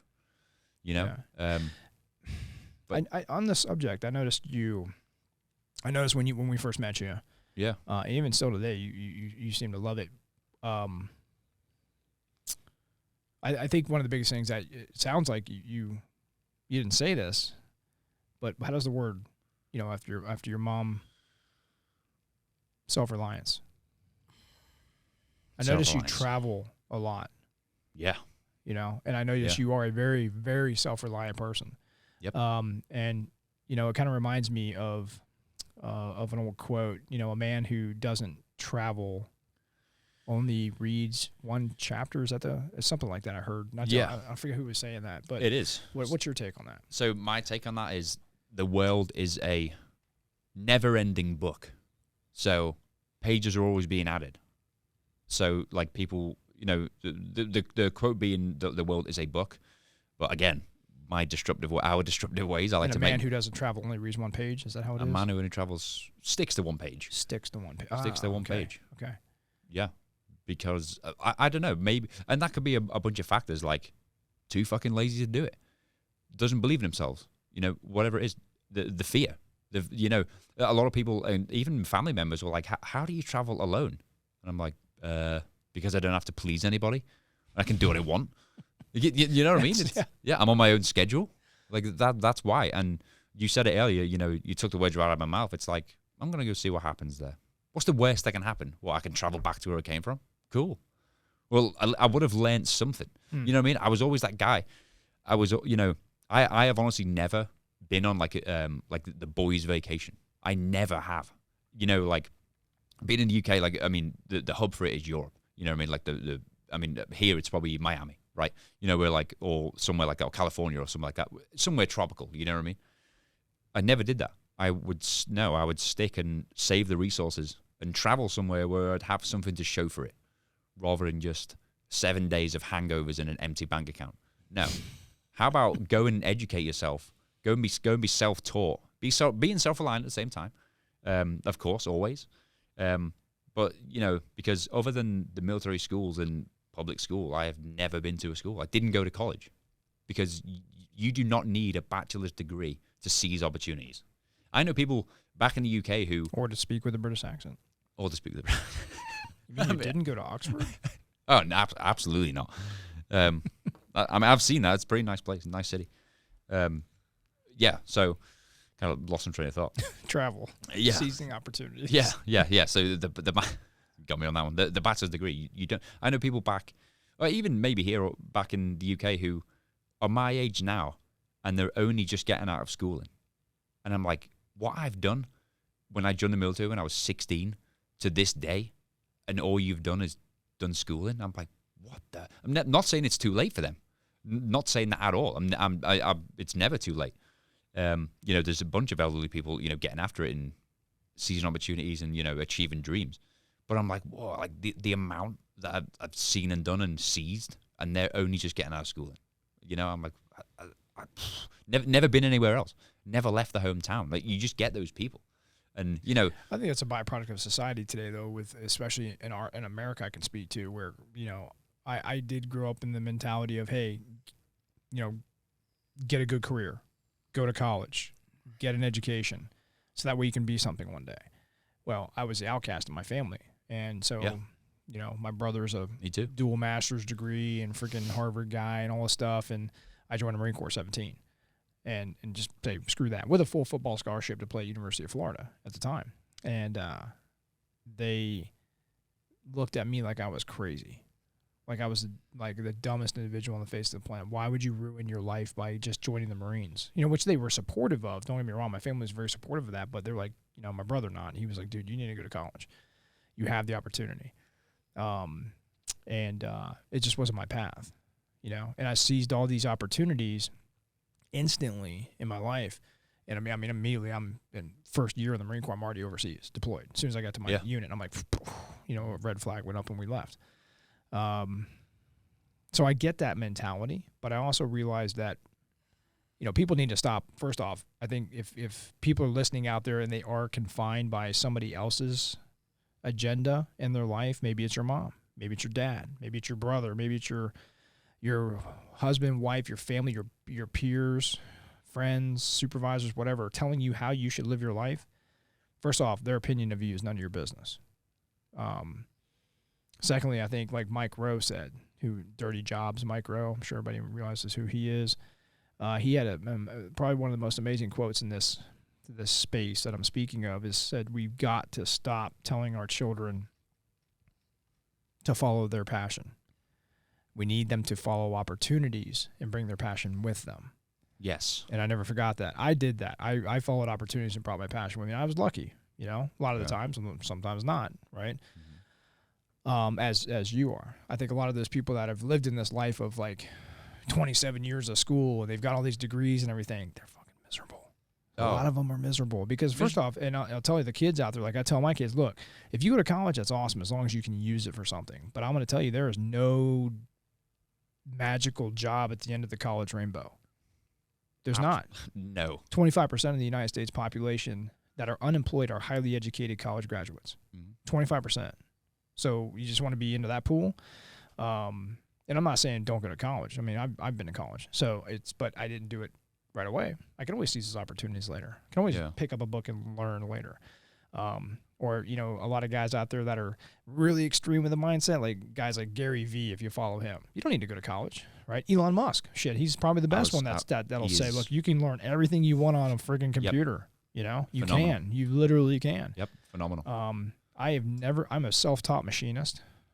I was doing my own code and G codes and pathway development and stuff for CNC machines when I was 4 days after I bought one. I didn't even know how to turn the damn thing on. I knew how to wire it as an electrician, but I didn't know how to turn the thing on. Self-taught sewer.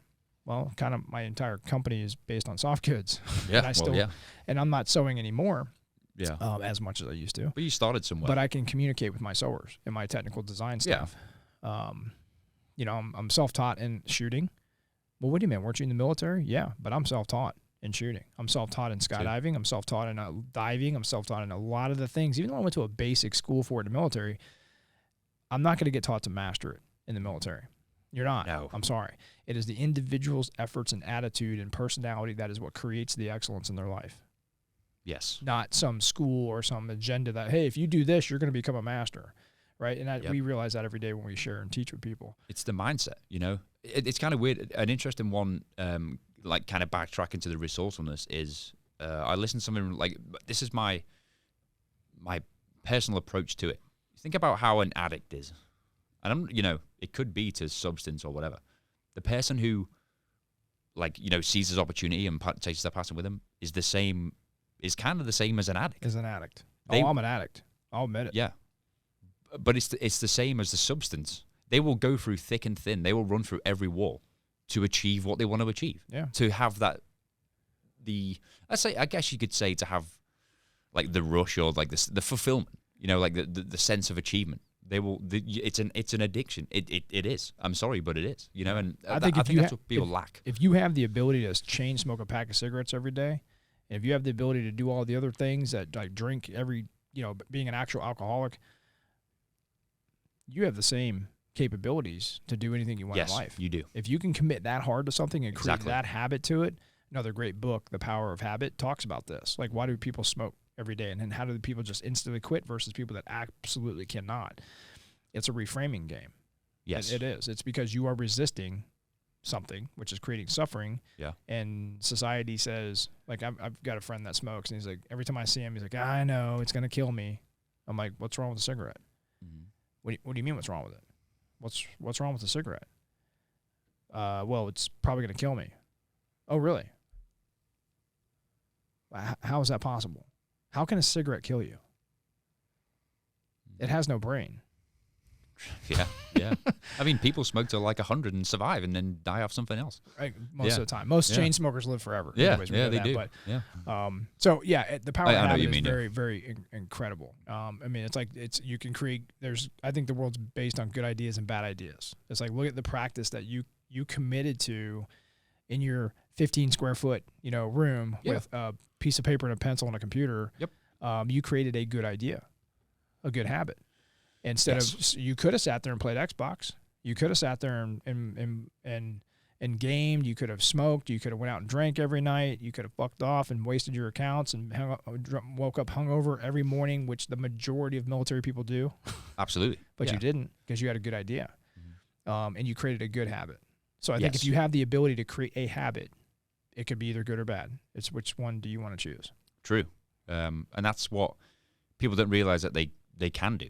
That's a great point. It's like someone who's a substance addict also has the capability to achieve fantastic things in life, because they will literally starve themselves to achieve that, to find that drug and take whatever it may be, whatever substance it is, which is a huge problem in this country, especially.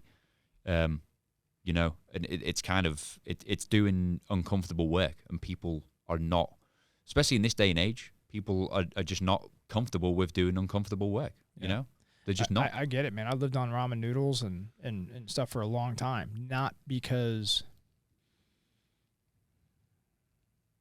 I had a bad habit. It's because I had a good habit. Like everybody, like, why are you skimming something? Because I'm skydiving every weekend. I'm spending a ton of money. Right. Well, why were you spending money on that? Because I'm growing myself. Because I know one day I'm going to be an instructor. One day I'm going to be a tandem master. One day I'm going to share this experience with other people. And I put myself through pain, Yeah. In order to do that. Yeah. It's an interesting subject. It really is. But I just want to reiterate with like the school and thing. Like, why would the country be in, I think it's $1.7 trillion of student debt if all these people with bachelor's degrees were also masters of everything and high achievers and earn good money? Yeah. Well, why isn't the debt paid off? You know what I'm saying? There wouldn't be that problem. $1 trillion of debt. I don't even know how they can print that much. You know what I mean? We can print whatever we want. Yeah, especially these days, the 40% thing that you telling me about. It's crazy. Yeah. Since 1776, but 40% of our nation's money has been printed since the conception of the United States of America. When we started printing money. Yeah. What is it? The last 40% of all of that money has been printed in the last 20 years. I thought it was less than that, actually. I think it is less than that. I think it's like 10 years or something. Something like that, Anyways, look it up here. Yeah. I mean, but, it just goes to the point.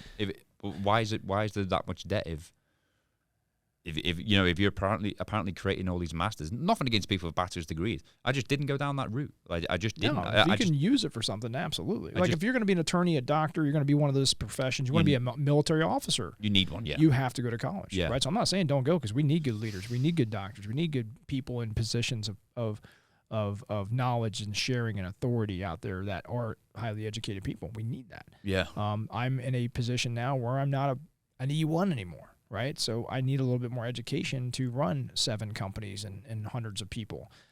So I have self-educated now because I can do it. But if I wasted my time in my 20s educating myself the entire time, I think like Jordan Peterson, I always go back to him.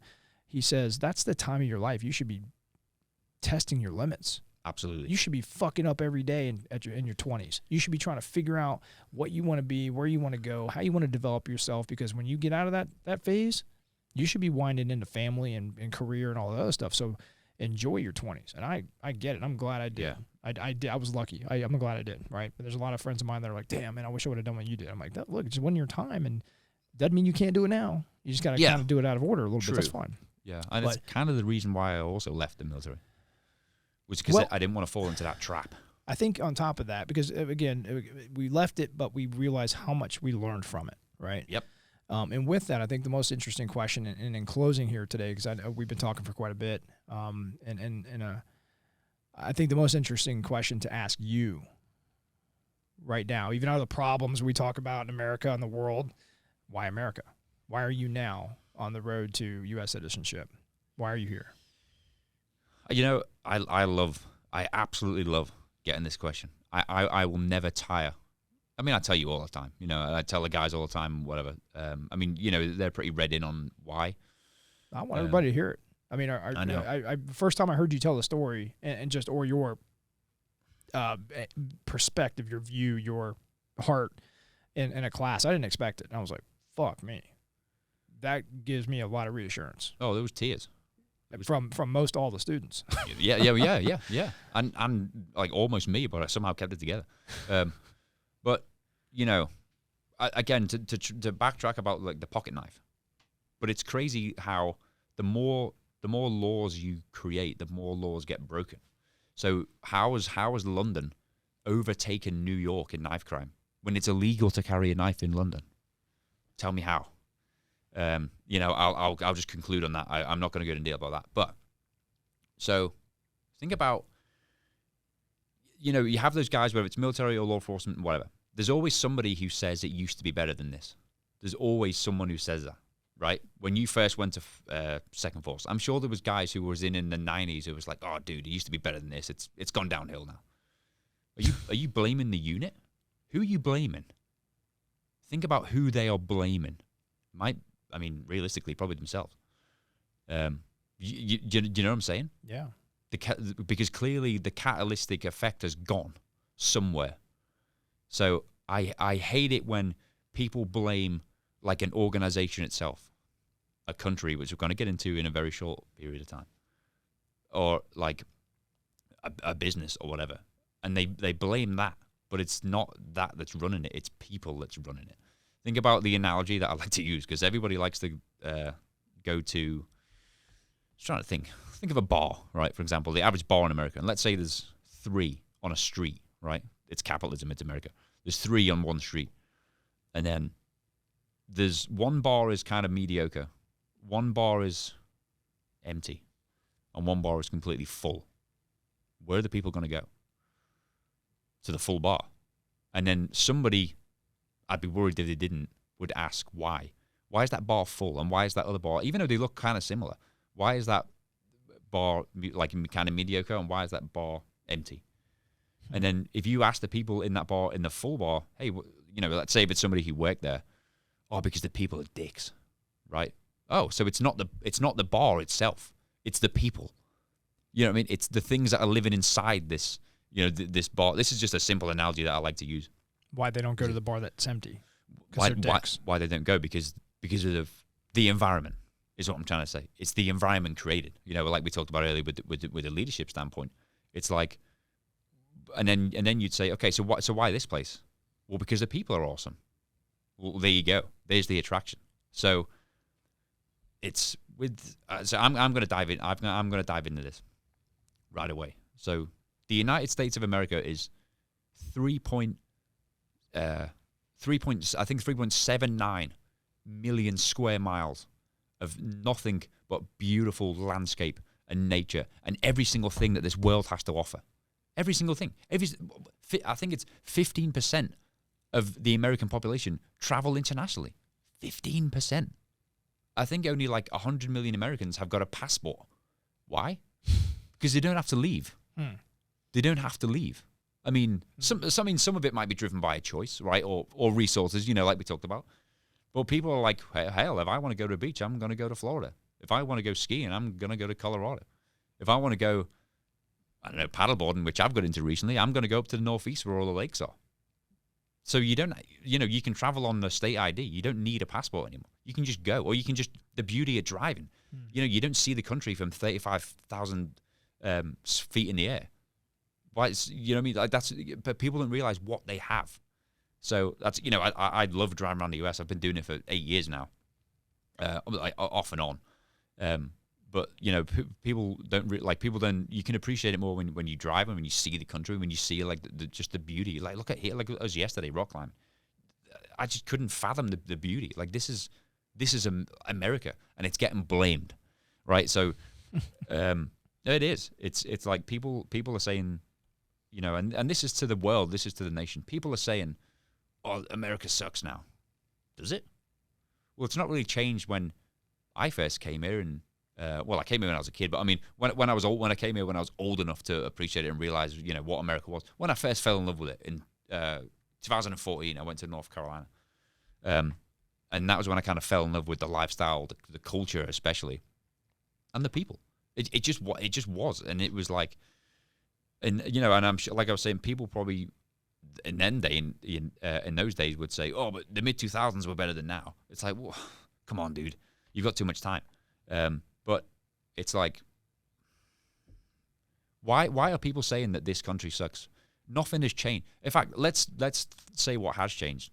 The only thing that has changed in this country, from my perspective, is news articles and mindset. That's it. That's what's changed in the people. It's the news articles and the conditioning, right? If you condition someone to believe something, they're going to believe it, right? Like, think about when you turn on the news.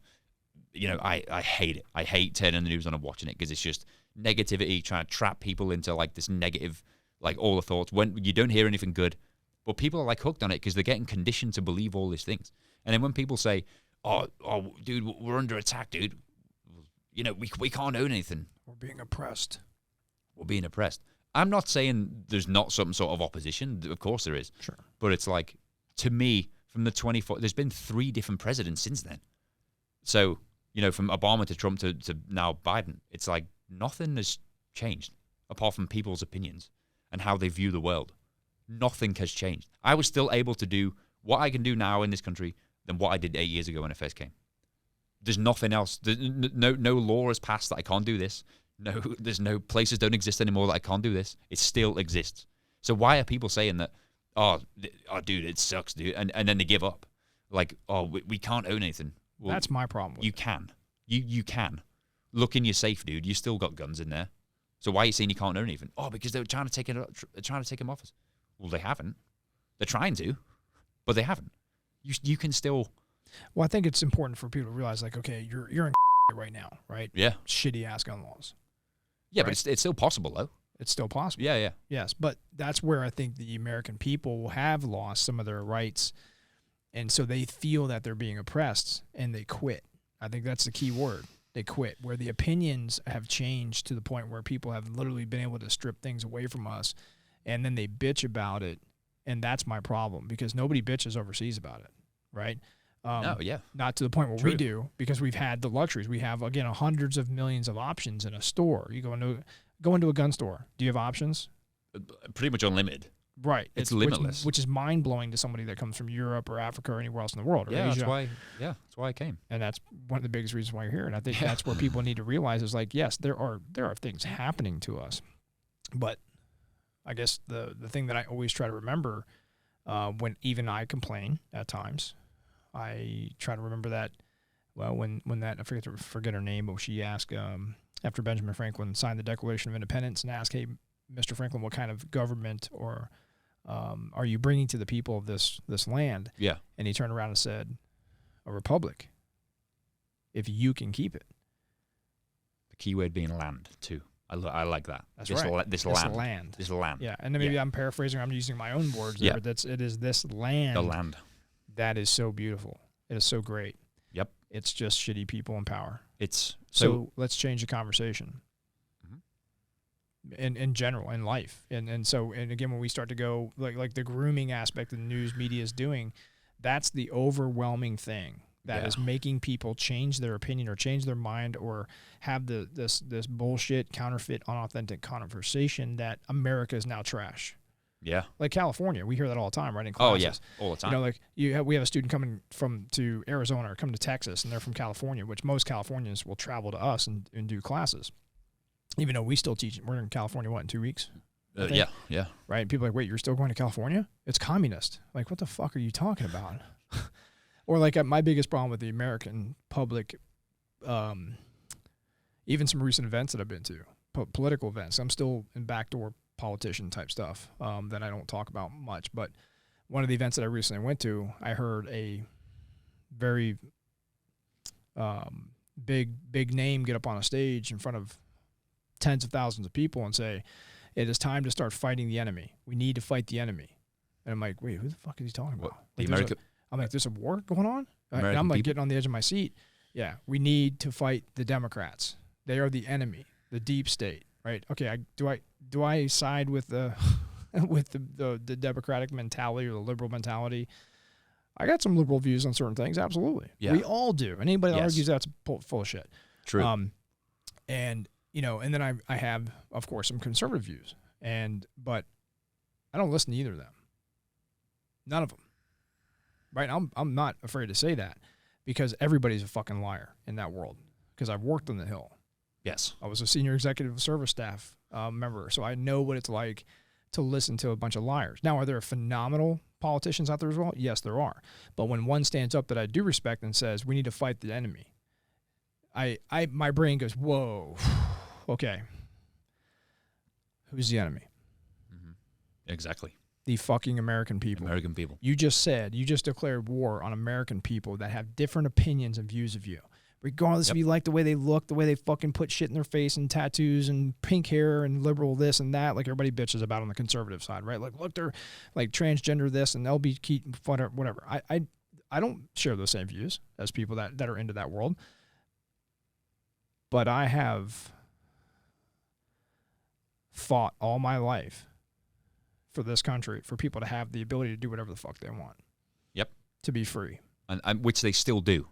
And they still do. Where a lot of people don't. And I'm sure a lot of people don't like what I just said in certain aspects of it, but you have to realize at the end of the day, we aren't free compared to the rest of the world. Like, you're coming from Europe, where a lot of people look at Britain, London, you know, France and Spain, all these great countries, and go, wow, they're beautiful. They're so free there. You know, they drink fucking tea and have biscuits and shit on the street corners. You're not really free. Yeah, but you're monitored, by the way, because pretty much the whole country's on camera. Everything's on camera. Yeah. Everything's monitored. Your bank accounts, you name it, all that stuff. It is completely socialist, almost communistic. There's a lot of combinations of those things. Yes, even in some of those beautiful countries like Europe. Europe's a beautiful place just like America. Yeah. So is England. But the people have really stripped away all of its beauty. It's freedom. Yes. Right. And that's the thing here is I mentioned in a video not too long ago that you know, it's where people will still argue with us right now. No, America's not free anymore. Yeah, last time I checked, out of 327 million people, out of almost 7.5 billion people, 4.5% of this world still has something uniquely in common. Which the rest of the world never understand. And that's the ability to die free right now. Yeah. On this earth that we stand on right here, you and I, and everybody in America has to realize it's the last free stand on earth. Yeah. And it is. Yeah. And that's why we go out and we spread that to the rest of the world, is because we want them to have it as well, regardless of some of the approaches that we use, which could be better. Yes. We're still ultimately, authentically, compassionately trying to share that, hey, there's nothing better than feeling free, right? It's so empowering. And, you know, I just want to backtrack a tiny bit to when I said, like the 3 million square miles of beautiful land.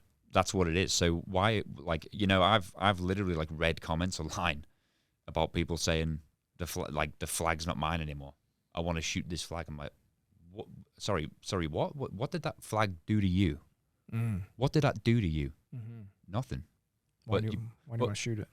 Yeah, but the people that are in charge are doing it. Well, there you go. You just said it. You just answered your own question. So why are you saying that this country sucks when this country has done absolutely nothing to you, or the flag has done absolutely nothing to you, but the people have changed it? That's exactly what it is. Yeah. I mean, will people disagree and agree with that? Yes, they will. But people might come back with, oh, but it's people that run the country. Well, yeah, you just answered your own question again. So fix it. Yeah. There you go. It's not. And a lot of people are. There's a lot of guys running for Senate, running for Congress right now, running for governor I'm sure in their there states.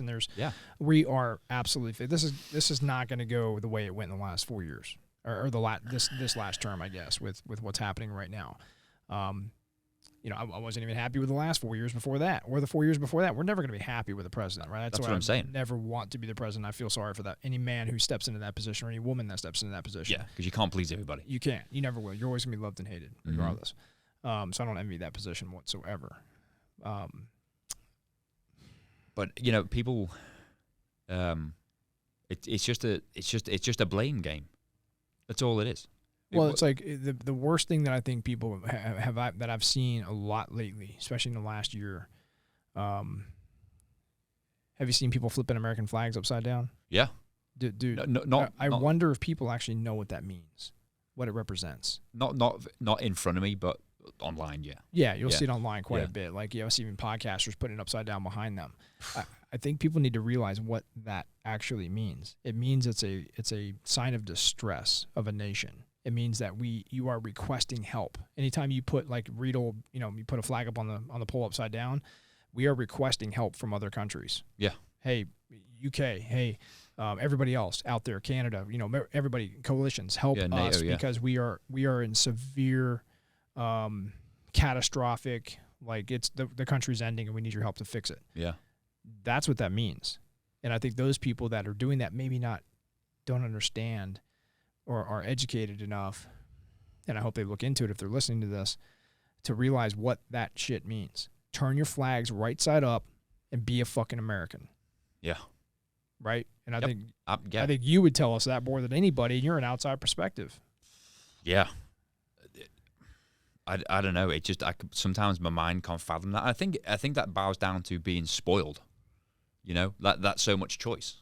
You know what I'm saying? It's because they've had so much choice. Let's just say one thing gets taken away from you, and they're like, "Oh, this is bullshit." Like, all right, dude, you've still got like a million other options to deal with.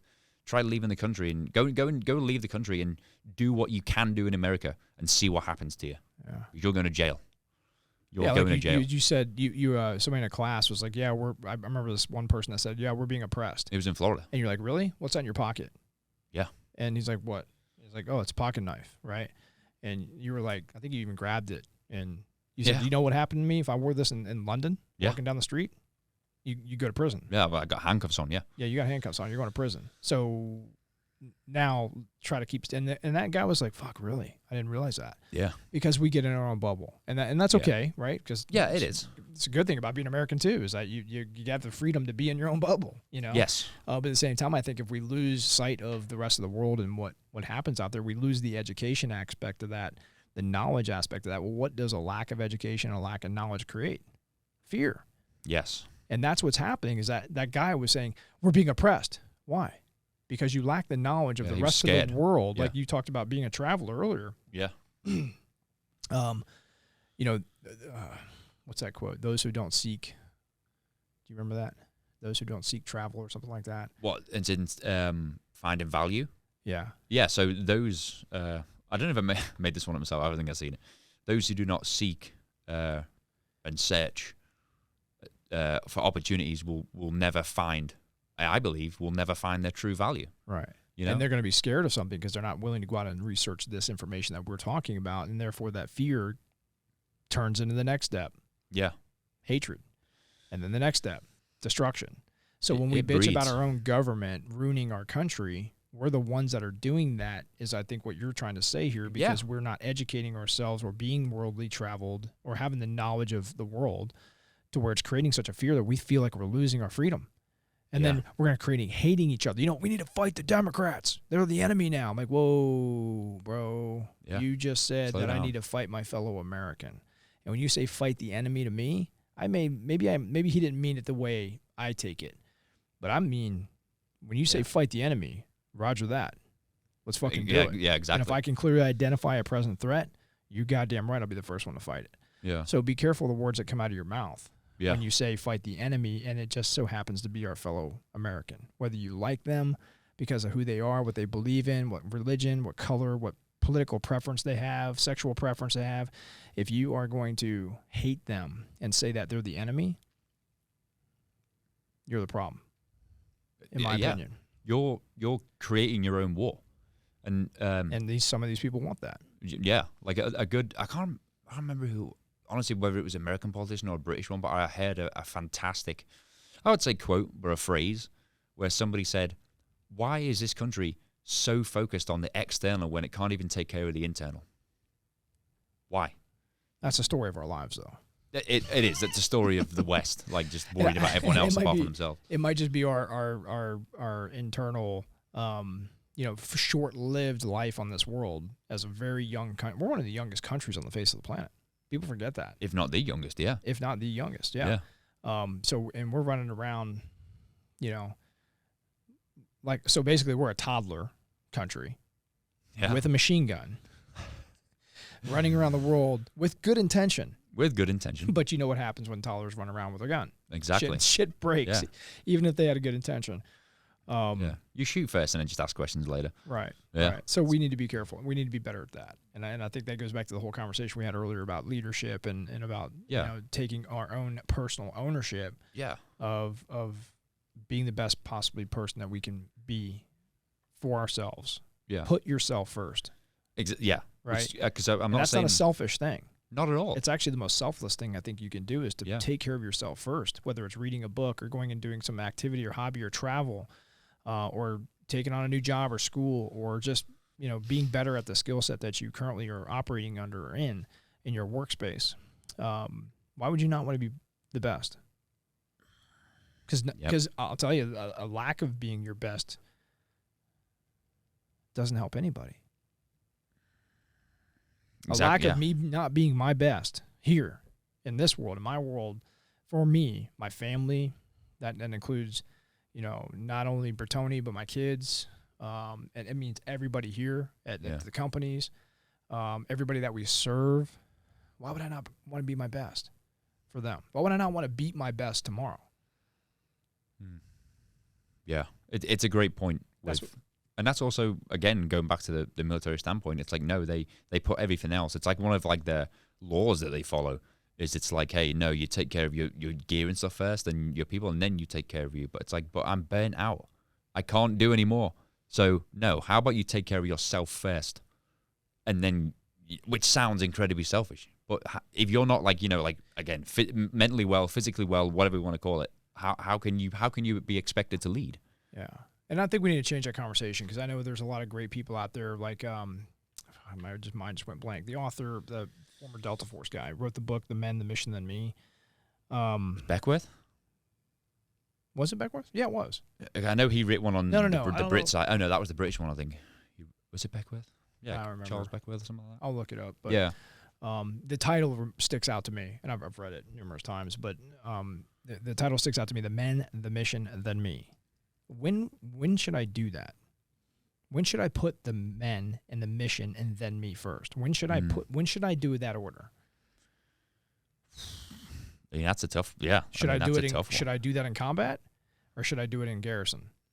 Meaning, when we're not in combat. I mean, you don't want to do that in combat because you need to take care of you. Maybe. Yeah.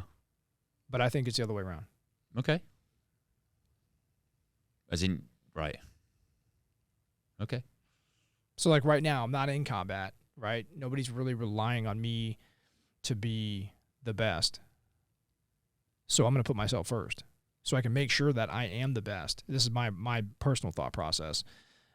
That way, when it is a situation where things are going horribly, terribly wrong, I'm the best in that situation. But I can also, at that point, put my men in the mission first. Because it's like an military Marine Corps mentality is like mission accomplishment, then troop welfare. That's combat only. So I go back to the Marine Corps and be like, wait a minute, hold on now, pump the brakes, Hoss, because why we talked about this earlier in the podcast. Recruitment issues, retention issues. Yeah. Why? Because it's always mission accomplishment first. They don't give a shit about the troop. So there is no troop welfare, right? So, but if you started putting troop welfare first, start putting yourself first and taking care of yourself. Like leaders, I tell my guys here, take care of yourself, please. Because if you can't take care of yourself, you can't make good products. You can't train people. You can't share information, right? If you're not the best that you can possibly be, I don't want you coming on the road on that trip, right? Yeah. I don't need you at that point in time because you're not going to help the team, help people. So I need you to put yourself first right now. We'll take care of the mission and the men. Because until I go, hey, Liam, I'm not feeling too good, man. I need you to take over today. Roger that. Go take care of yourself, Haley, and then I'll take this. So I think that's what we do well here, and I think that's what attracts, the type of personalities that we have at Haley Strategic. But I wish the rest of the world would start taking on that, and I think it's starting to happen. I think this is the year of self-improvement. Like look at the internet. Who do you see talking about self-improvement? Everyone. What have we talked about for years? Self-improvement. We've got our balls busted for it. It's blowing up. Constantly we've got our balls busted for it. And it's like, why? Because we're outcasts, we're outliers. And now all of a sudden everybody's talking about self-improvement's okay because people like Jordan Peterson, even Mike Tyson, the other day he's like, hey man, he's nothing but self-improvement. Why? Because he's lived a life of fucking chaos, Yeah, he's broken out of jail. Down. He's broken down to the point where he is now breaking through. Yes. People don't realize that breakdowns and rock bottoms are the best things in your life in order to create this inspiration, this motivation, this empowerment to share that knowledge with other people.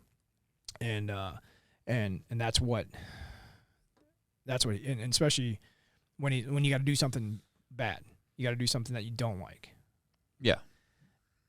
I will take one thing I've took from Mike Tyson, probably the only thing besides wanting to always punch like him, is do things that you hate like you love it and watch what happens. Yeah. Wow. Whether it's some reading a book, paperwork, doing a sit-up, eating healthy, like those things are hard to do. So do them like you love it and watch what happens. Yeah. And I think that's why he's such a savage the way he is. Oh, and now a compassionate savage. A man that I think we'd all agree that a guy like him never had it under control. No, he was just a complete monster. Animal. Yeah, monster. Yeah. And again, now you compare Jordan Peterson to that, you should be an absolute monster. But controlled. So you can use that in an act of service for yourself, your family, your friends, your community, your state, your country, your world. Yeah. That's what true monsters do. Yeah. Righteous monsters. And I think we're losing that. I think in closing here on your America concept, something that bothers me very badly, and I hope people can be present with this for a minute. Getting an opportunity to talk to a lot of people, especially I try to seek out older people, whether it's, like the old folks home concept, or just in passing, or family members that are elderly and go, hey, Dad, my dad's 83. And he's still hanging in there, and he always will, because legends never die. But I've asked, have we as a country had worse times? Have we had horrible, terrible times in our country? Well, of course. Yeah. I'm just talking about asking my dad. I'm talking about a lot of people that I've talked to. And I've gotten a similar answer or conclusion. And I'm like, well, if we've had worse times, why is everybody losing their minds as if the world's going to end? America's going to lose its freedom. And the biggest answer that I've heard is that because we have no more purpose. Right. Well, having that. And I know people don't want to hear that. They don't want to hear that, especially the die-hard American. They don't want to hear that. It's having an identity crisis. It is. It's massively having an identity crisis. Yeah. Yeah. And so I think with that, that's a powerful way to end this podcast. It is. Because we've been talking a long time. Number one. Number two, Yeah. you have shared something from an outside perspective coming to the United States and reminding us that you're absolutely still the freest and last stand on earth. And that's why you're here. Yep. That's why I think 327 million people need to wake up and realize that, regardless of what you believe in, regardless of who you stand with, regardless of what you stand for, you have to have that principle. The knowing that only 4.6% of this entire world's population have something that nobody else has. Yeah. And that is freedom. And that's what the thing that was the purpose in talking more to these people that we had. We realized what it truly meant to be free, right? To look at our ancestors, our forefathers that came to this country, the Pilgrims, go back to them. Why did they come to this country? Because to get away from the kings and queens and the popes, to get away from the people that created the Dark Ages. And what were the Dark Ages? The Dark Ages weren't just death. And they meant, especially from a theology standpoint, it meant that you couldn't practice your light. Yeah. You were not free to practice the religion that you wanted, the politics that you wanted. You couldn't be free to do whatever you wanted in the streets. So they left, and they got the fuck out of there. Yeah. And they came to this crazy-ass place across the ocean that I couldn't fathom traveling back then in a wooden-ass busted ship with a sheet making the wind blow. But they must have been pretty desperate. That's what I try to remember. Yeah. Like a man hanging from a fucking wheel of a C-17. A couple of months after I left. Why would he do that?